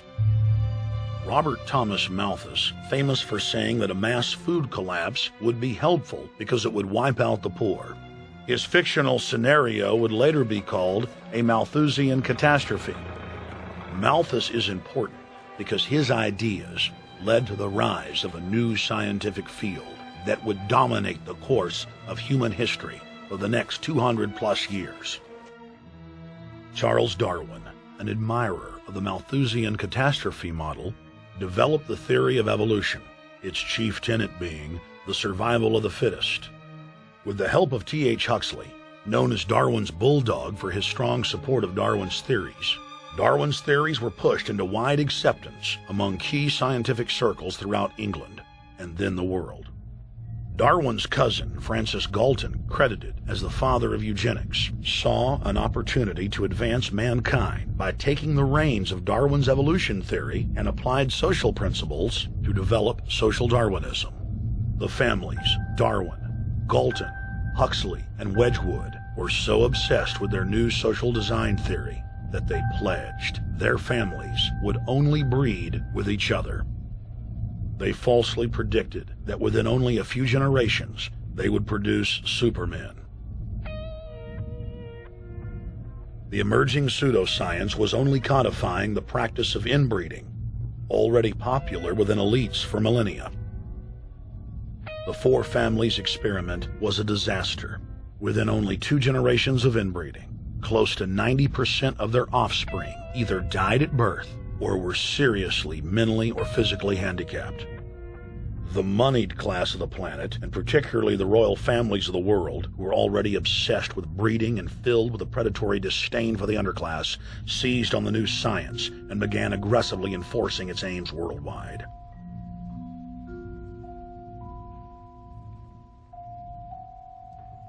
Biometrics appears to be a new science, but it was actually developed by Galton back in the 1870s as a way to track racial traits and genetic histories, and as a way to decide who would be licensed to breed. In 1904, the Cold Springs Harbor Research Facility was started in the United States by eugenicist Charles Davenport with the funding of prominent robber barons Carnegie, Rockefeller, and Harriman. In 1907, the first sterilization laws were passed in the United States. Citizens with mild deformities or low test scores on their report cards were arrested and forcibly sterilized. You're 17, aren't you, Alice? Yes, but what have you done with my folks? Well, we're trying to help them, Alice, and you too. They were taken to the hospital this afternoon. Hospital? Wasn't none of them sick this morning? We thought it necessary to present your family's case to the State Medical Commission. After an examination, they decided there was but one important action to take: to have your entire family sterilized. Why, what's that? I don't know what you're talking about. Now, in this state, we have a law which provides for such people to have an operation so there won't be any more children. I see. Now, we've placed your brothers in institutions where they'll be properly cared for. You can go back to your job soon. I'll arrange to have it held open for you. But I'm keeping my job. I'm not going anywhere. Now, you're going to the hospital, too, Alice. And you mean they're going to stop me from having children ever? Exactly. I'm all right, I tell you. I won't go to any hospital. We don't want any trouble with you, young woman. If you refuse to go, the officer here will take you by force. In 1910, the U.S. Eugenics Record Office was set up. By then, the British had created the first network of social workers, expressly to serve as spies and enforcers of the eugenics race cult that was rapidly taking control of Western society. The social workers would decide who would have their children taken away, who would be sterilized, and in some cases, who would be quietly murdered.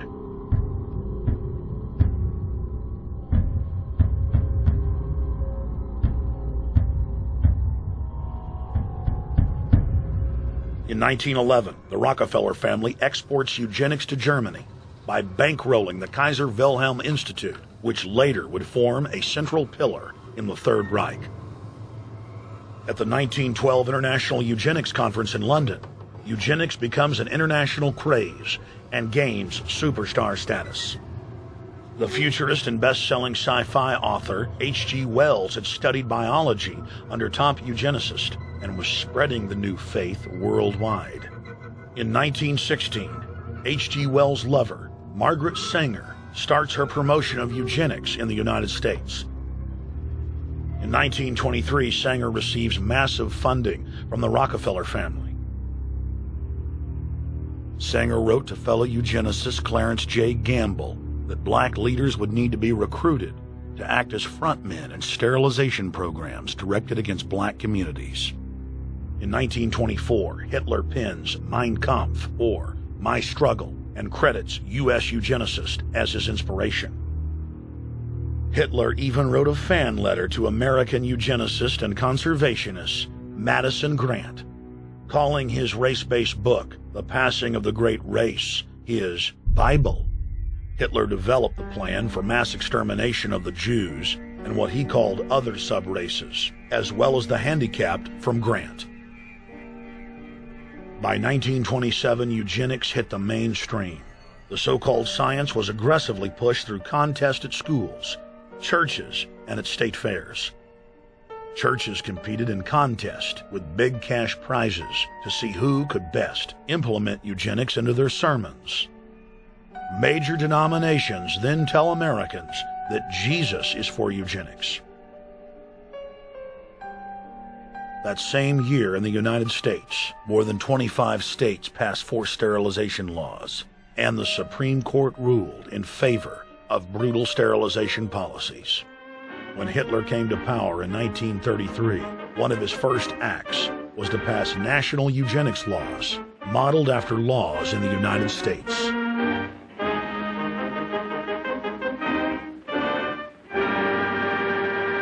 The 1934 film Tomorrow's Children brought the eugenics agenda to the silver screen in the United States. In the case of Miss Mason, I can see no reason for the operation that's been recommended. The girl is perfectly normal. She's hard-working and has a good reputation. Do you know anything about her family background? Oh, yes, Your Honor, I do. There are several other children, aren't there? Yes. What is their condition? One is a cripple. Two others might be classed as feeble-minded. Isn't the oldest son in jail? Oh, yes, I believe so. And knowing all that, you still contend that this girl should be allowed to bring more people like that into the world? She's sound, Your Honor. She's not anything like the rest.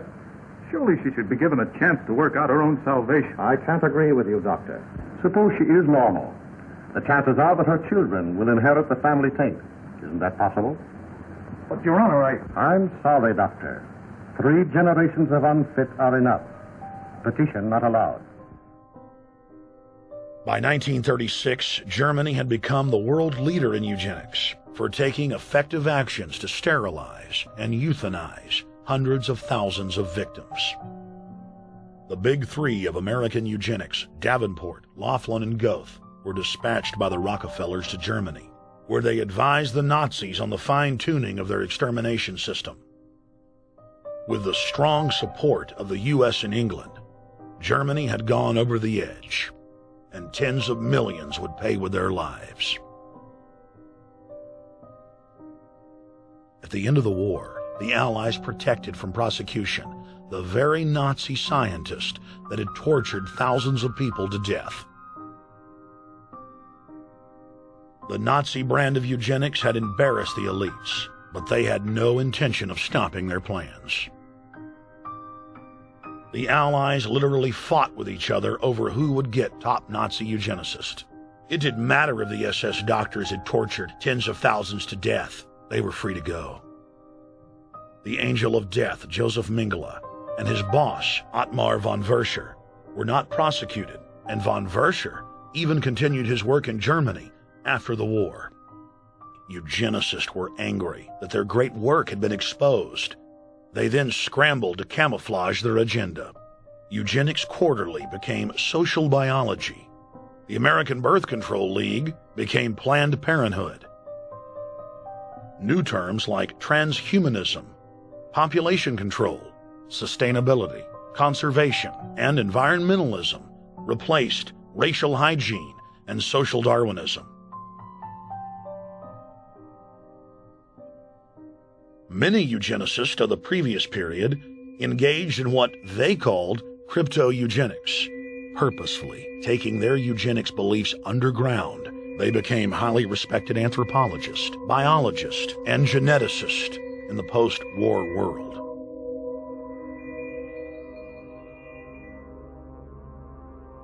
The Allies then smuggled thousands of Nazi scientists out of Germany and placed them in key scientific positions, ranging from bioweapons to rocketry throughout the military-industrial complex. The founder of IBM was a devout follower of Hitler. Thomas J. Watson had supplied his punch-card computers and IBM technicians to the Nazis for use in the death camps. Tattoos on camp victims were IBM human identification numbers, which fed into the computers. IBM had used similar punch card systems as early as 1928 in a Jamaican race mixing study. The first real computers were literally invented by a eugenicist for eugenics. UN chieftain and unrepentant eugenicist Julian Huxley argued that since the leaders of eugenics had founded the environmental and conservation movements, that they should be used as vehicles in the formation of a world government.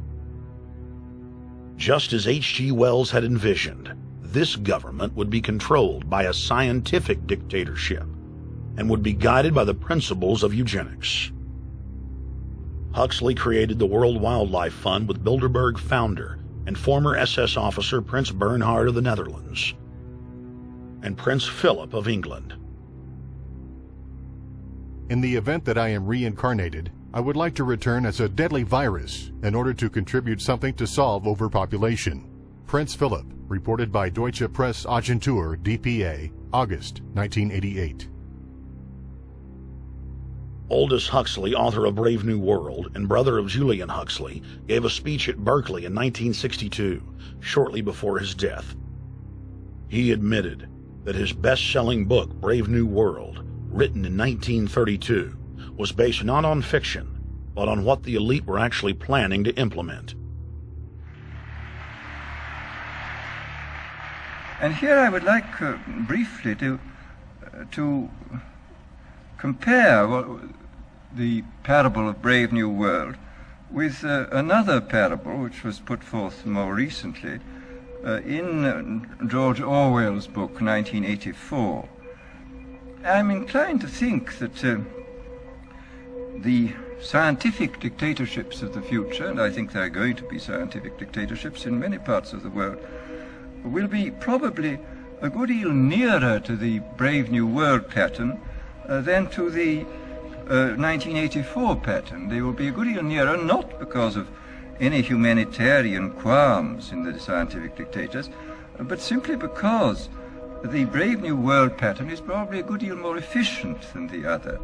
That if you can get people to consent to the state of affairs in which they are living, the state of servitude, the state of being, well, it seems to me that the nature of the ultimate revolution with which we are now faced is precisely this, that we are in process of developing a whole series of techniques which will enable the controlling oligarchy, who have always existed and presumably always will exist, to get people actually to love their servitude. People can be made to enjoy a state of affairs which, by any decent standard, they ought not to enjoy. And these methods, I think, are a real refinement on the older methods of terror, because they combine methods of terror with methods of acceptance. But then there are various other methods which one can think of. There is, for example, the pharmacological method. This was one of the things I talked about in Brave New World. And the result would be that I mean, you can imagine a euphoric which would make people thoroughly happy even in the most abominable circumstances. I mean, these things are possible.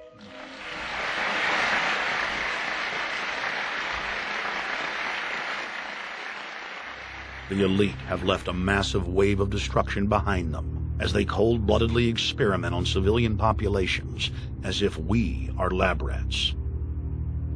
A string of congressional investigations has uncovered more than 20,000 secret tests that were carried out against the American people between 1910 and 2000. One well-known eugenics study, the Tuskegee Syphilis Project, killed hundreds of blacks and spanned 40 years until whistleblowers exposed it in 1972. From 1943 until present, the British have tested lethal nerve gas on their own personnel, on land, air, and sea. Many died instantly. Still others died grueling deaths over several years. The federal government commissioned secret radiation experiments on thousands of non-consenting patients. Hundreds of hospitals in the U.S.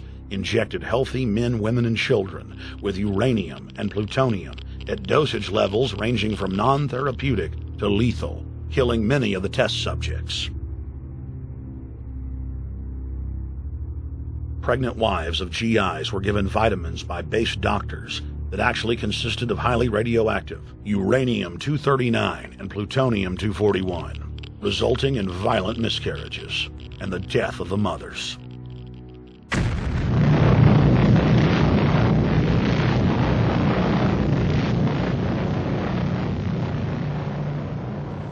Soldiers, sailors, and Marines were used as guinea pigs in hundreds of atomic and hydrogen bomb tests.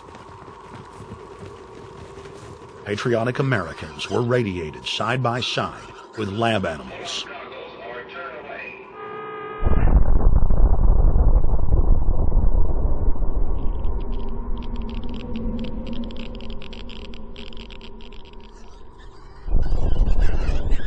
Pilots were forced to repeatedly fly through mushroom clouds of DNA-destroying radiation.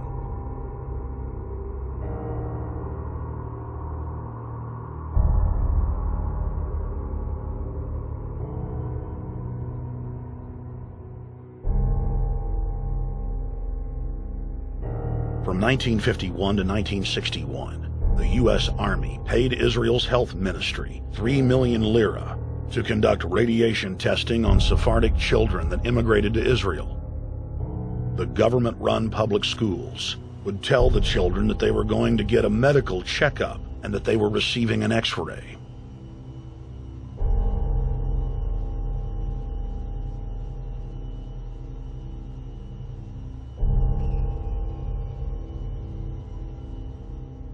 The Pentagon had already radiated more than 4,000 institutionalized children in the United States, many of which had died. More than 110,000 of the darker-skinned Jews were given 35,000 times the maximum dose of X-rays to the head repeatedly. Many of the children died within months. All of them lost their hair. Some still live today and endure excruciating health problems. The covert testing of chemical, biological, and radiological agents on unsuspecting populations continues worldwide today. From 1940 to 1979, the vast majority of the British population was sprayed by aircraft more than 2,000 times with deadly chemicals and microorganisms without ever being told. In 1968, the Pentagon tested a deadly bioweapon on New York subways and placed personnel in local hospitals to monitor the effects. Aggressive sterilization of men and women continued in many states until the mid-1980s. The United States and England are currently testing pesticides and highly toxic experimental drugs on tens of thousands of healthy foster children, many of which die as a result of the experiments. Prisons across the nation have forced inmates to participate in grisly experiments, ranging from pesticide studies to having tablets of dioxin sewn into their backs. Gradually, by selective breeding, the congenital differences between rulers and ruled will increase until they become almost different species, a revolt of the plebs would become as unthinkable as an organized insurrection of sheep against the practice of eating mutton. Bertrand Russell. H.G. Wells, Aldous Huxley, Bertrand Russell, and hundreds of other eugenicists constantly bragged about how the establishment believed themselves to be a separate, more advanced species than the common man. Top eugenicists were bold enough to admit that their real goal was not improving the heredity of the commoner, but to further dumb them down so that they could be more manageable. Nobel Prize winner Russell wrote at length about how vaccinations filled with mercury and other brain-damaging compounds would induce partial chemical lobotomies and develop a servile zombie population. Diet, injections, and injunctions will combine from a very early age to produce the sort of character and the sort of beliefs that the authorities consider desirable, and any serious criticism of the powers that be will become psychologically impossible. Bertrand Russell. Over 100 years ago, eugenicist social planners said that they'd use mind-altering drugs to control the population. By 2007, more than 20% of the U.S. population were on some type of prescription antidepressant. But in the case of foster children, a sector where the state has total control, at least 2/3 are forced to take a cocktail made up of, on average, 7 psychotropic drugs. Chairman of the Texas Society of Psychiatric Physicians, Joe Burkett, testified before the State House Select Committee hearing on psychotropic drugs in foster care and shocked the public when he said that 2/3 of foster children in Texas had been placed on psychiatric drugs because they were very, very sick from a bad gene pool. A lot of these kids come from bad gene pools. They don't have stable parents making good decisions. Besides the gene pools, they've then been traumatized by abuse, neglect, and problems, and then they've been traumatized by separation, and all those things predispose to mental illness. The Western world is now implementing eugenics pre-crime policies. Fetuses are now being pre-screened according to family histories of crime. From Portland, Oregon to London, England, Child Protective Services are enrolling newborn children into criminal databases at birth and forcing them to attend probation hearings at age 2. The overlords of scientific dictatorship are ruthlessly prosecuting a war on our most defenseless. In December of 1974, the U.S. government made third world population reduction a central national security issue. The operation plan, titled National Security Study Memorandum 200, was simply a regurgitation of the British Commission on Population created by King George VI of England in 1944, which openly stated that populous third world nations posed a threat to the international elite's monopoly of global power. The Kissinger-authored U.S. plan targeted 13 key countries where massive population reduction was called for. Kissinger recommended that IMF and World Bank loans be given on condition that nations initiate aggressive population control programs, such as sterilization. Kissinger also recommended that food be used as a weapon, and that instigating wars was also a helpful tool in reducing population. In 1972, the Nixon White House also implemented a eugenics policy which was directed by George Herbert Walker Bush, then United States Ambassador to the United Nations. Bush advised China on the formulation of their one-child policy and directed the federal government to forcibly sterilize more than 40% of Native American women on reservations. The Bilderberg-dominated Club of Rome advocated environmentalism as the best front to implement population reduction. Western populations would accept serfdom if it was packaged as saving the earth.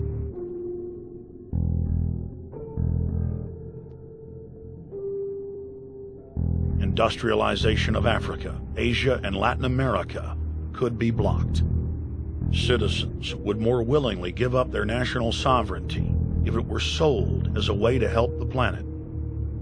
The think tank also concocted the peak oil fraud as a way to create artificial scarcity.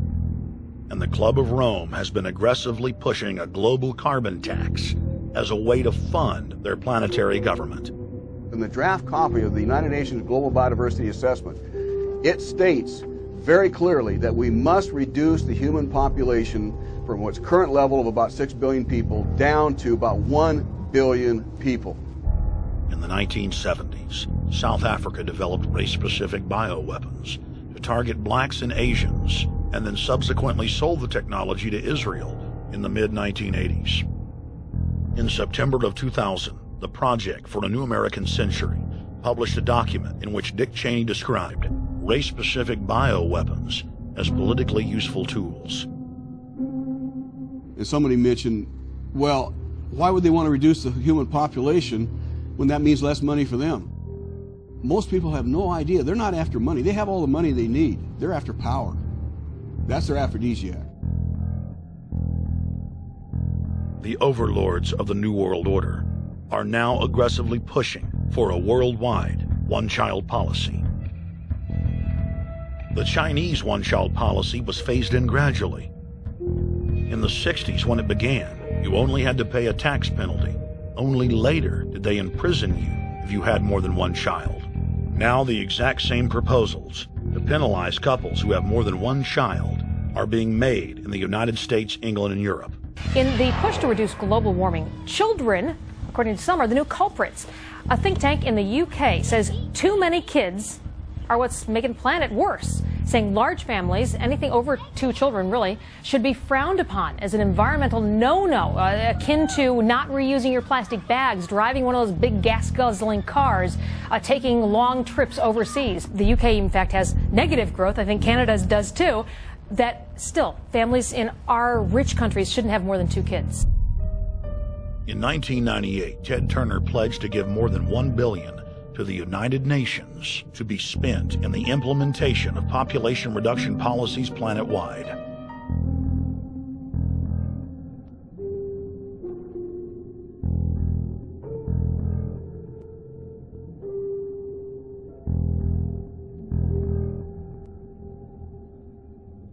In 1999, the Bill and Melinda Gates Foundation gave $2.2 billion to Planned Parenthood, the United Nations Population Fund, and other population reduction groups.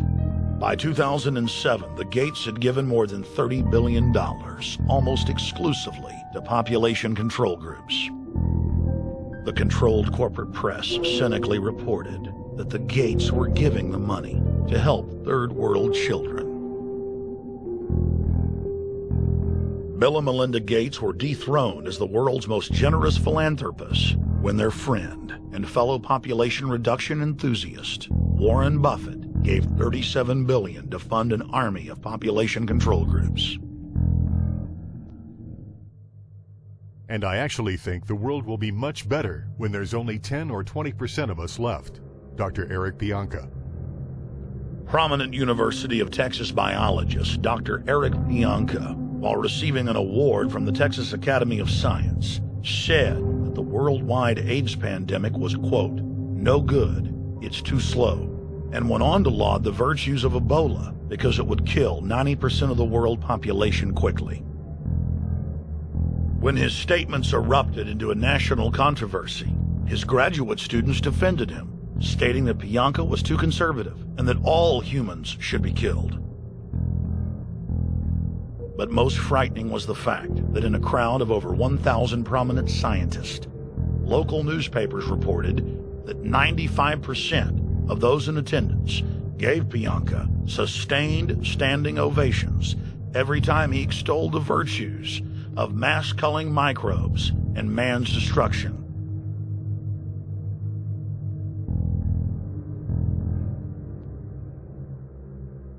China was able to turn the corner and become the leading world superpower because they have a police state and they are able to force people to stop reproducing. Dr. Eric R. Pianka.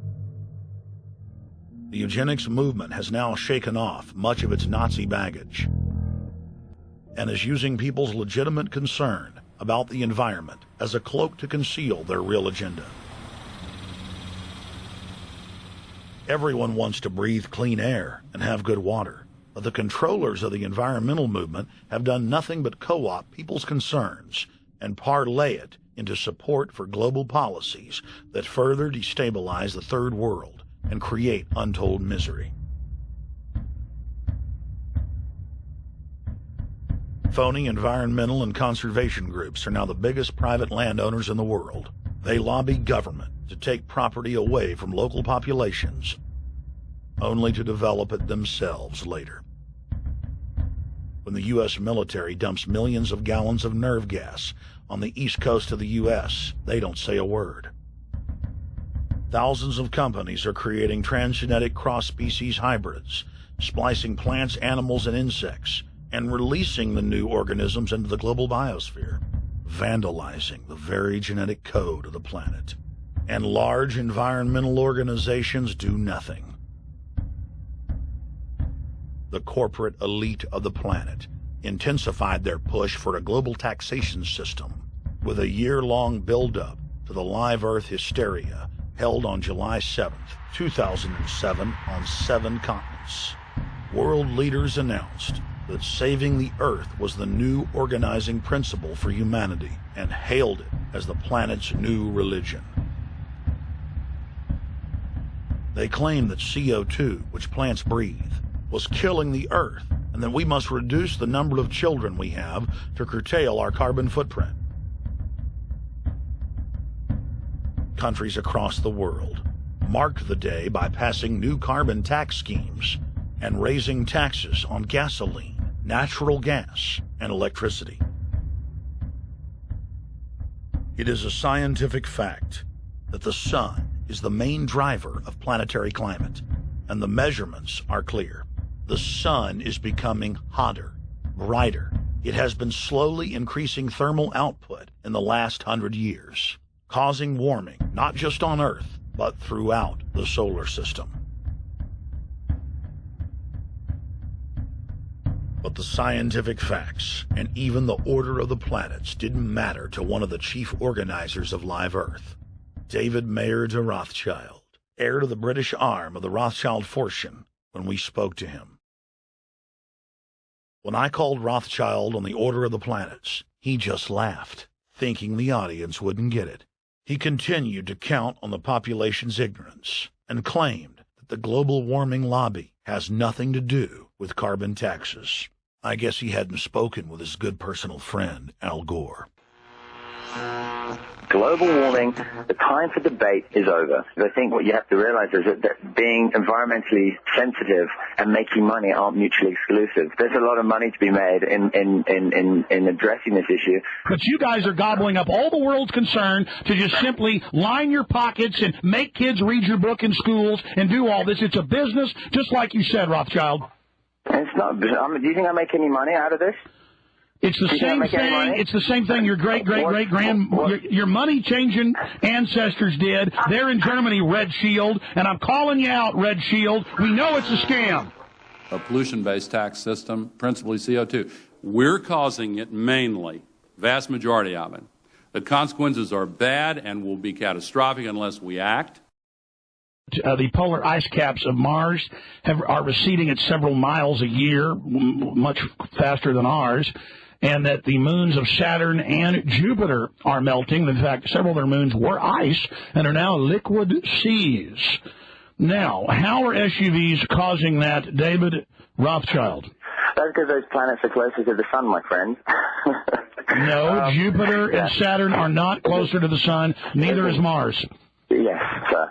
I think you'll find, right, that the very simple matter, and what I wanted to say, and this is my final point, forget your taxation theory, because actually it's not taxation.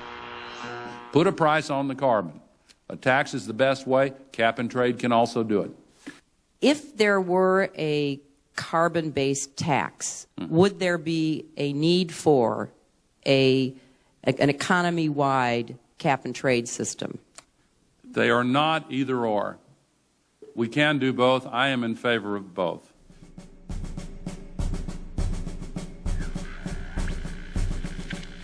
The architects of the New World Order are in a race to complete the structure of world government so they can suppress the independent development of technologies that threaten their monopoly of power, while at the same time steering new developments in the direction the architects chart for humanity. The technocrats call their governing system the final revolution because in the past, empires were enforced militarily.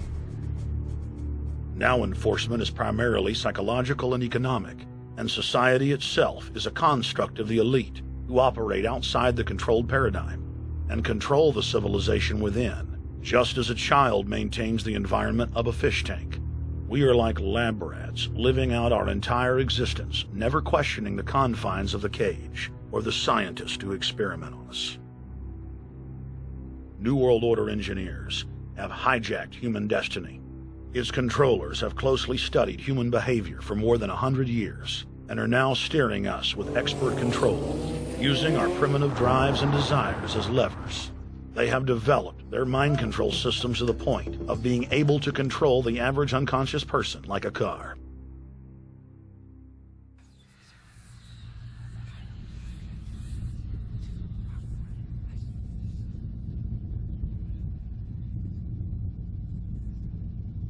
Eugenics dominated the 20th century. Its ruthless spirit has now metastasized into the fields of genetics, nanotech, and robotics. But that's not surprising. From their inception, all three disciplines have been dominated by eugenicists.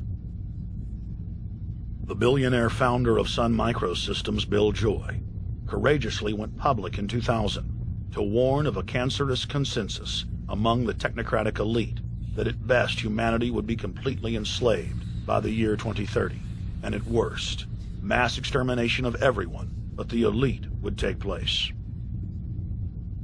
A who's who of the techno-elite are members of what is known as the transhumanist or post-humanist movement. Many of its adherents see only the beneficial aspects of technology's exponential rise, like bringing sight to the blind, sound to the deaf, and longer life for all. But what many of them don't know is that master eugenicist Julian Huxley founded transhumanism, and that society's controllers openly admit that the new system is designed to progress into absolute tyranny.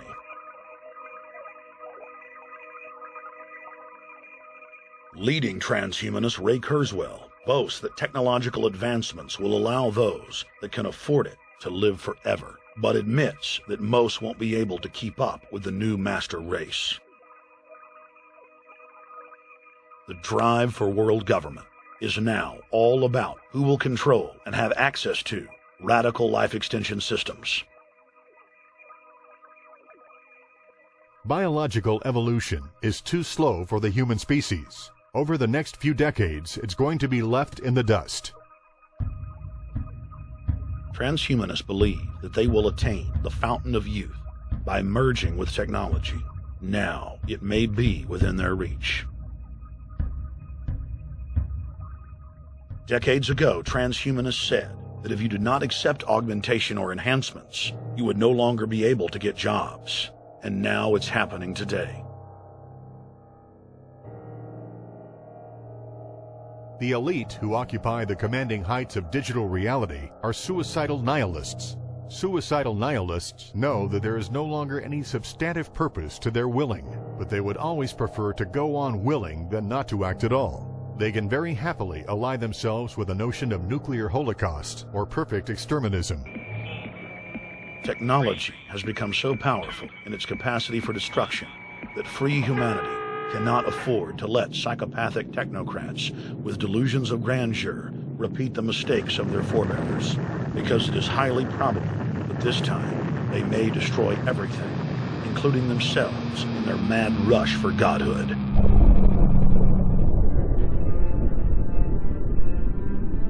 In this film, we have chronicled the Overlord's bloody orgy of experimentation, which already claimed the lives of more than 150 million people in the 20th century. And now, they are promising to deliver an invincible tyranny that will dwarf their past exploits. In the days of World War II, there were sovereign nations and armies to stand against Hitler's final solution. Once world government is in place, no one will be able to stop the New World Order's plans for global population reduction. For those immune to psychological programming, hundreds of FEMA camps have already been built throughout the United States. In their quest for population reduction, no method is off the table. These dark builders intend to release a string of man-made bioweapons plagues, each one worse than the last, while at the same time expanding the police state to enforce an orderly extermination of the population, all in the name of fighting invisible terrorists. And the Georgia Guidestones stand today as a cold testament to the elite's sacred mission. To have a two-class system where the underclass are forced to live as slaves in tiny enclosed cities, while the elite enjoy the land of the earth, evolve into superhumans with the aid of advanced implantable technologies, live eternal lives, and travel throughout the cosmos. This is the promise given to the inner members of the New World Order and the agenda of the Bilderberg Group.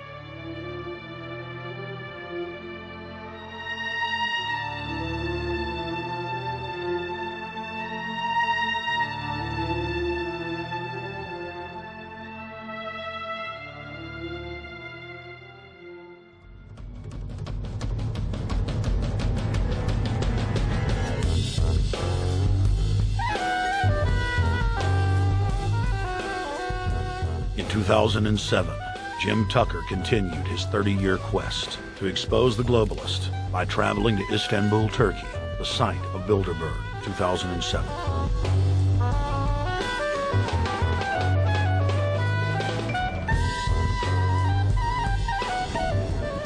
Jim Tucker, thank you for coming on, my friend. It's always fun. Jim, tell us what you saw today when you were out at the Ritz Hotel. We were at the Ritz-Carlton. It looked like a typical Bilderberg scenario. They had the armed guards all around the place. They had platoons of cops in formation waiting for the disbursement. They also had cops all the way around the building, and they had all those high-tech things where every member can hear whatever's spoken in any language instantly translated into his own language so they can keep up with it.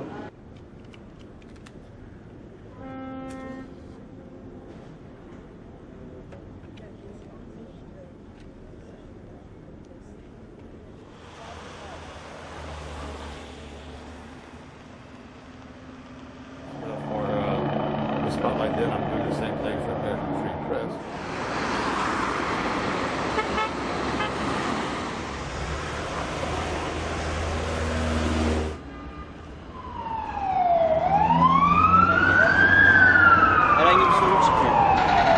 Hey, is the hotel open? Şu İngilizce bilen var mı? Ben bilmediğim için. Let's just ask him directly.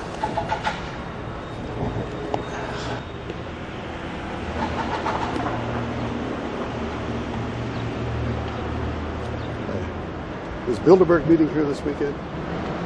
You can look this way. We had my two personal cops following me today. I was not aware of it because my nose is always sticking to the camera and my jaws are always flapping. But the TV crew said those guys are going to follow you. And their car followed us out to the hotel. Then they identified the two cops in plain clothes, not business suits, but sport shirts and so forth. Yeah. That's the car that's been on our ass? Yeah. You want to photograph him? Yeah. You are, aren't you?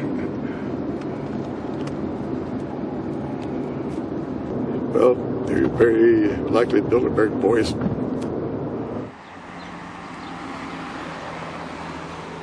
John Elkin, owner of Fiat and a fellow Bilderberger, thought that they could take a stroll off the grounds without being noticed by the commoners. I was thinking about that.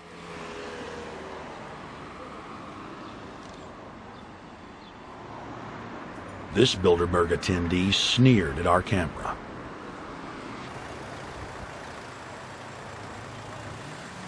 This carload of kingpins gave the media a murderous look and seemed shocked that they would dare point a camera in their direction.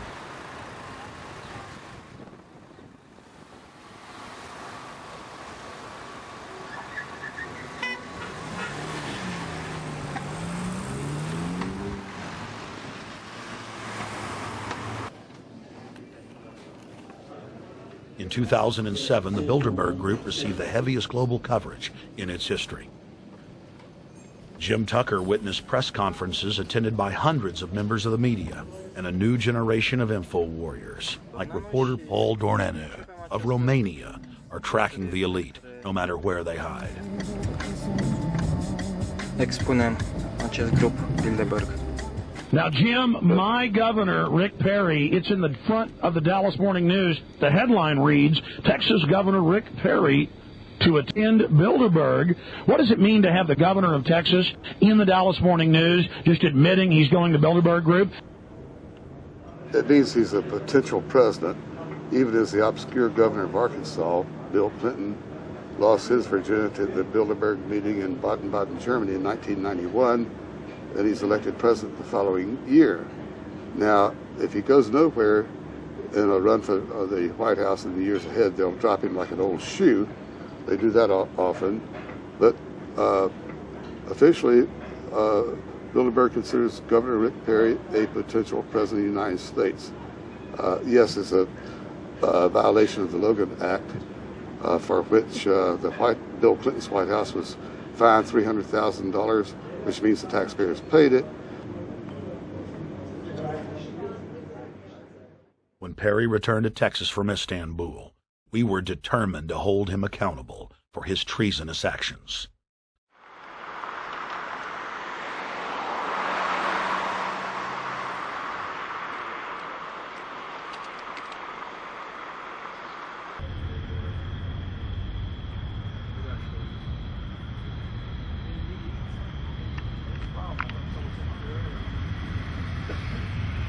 We don't want our roads, our water, our power plants, our entire infrastructure turned over to the New World Order. And we tell you now, the people are rising up and learning what you're doing, and they're angry. And they're tired of it. Stop enslaving us. Stop setting up tyranny. Stop going along with the New World Order plan. If you've got any soul left, Rick Perry. The First Amendment still exists, Perry, and we're back here again tonight telling you we're not going to put up with it. Long live the Republic! We shall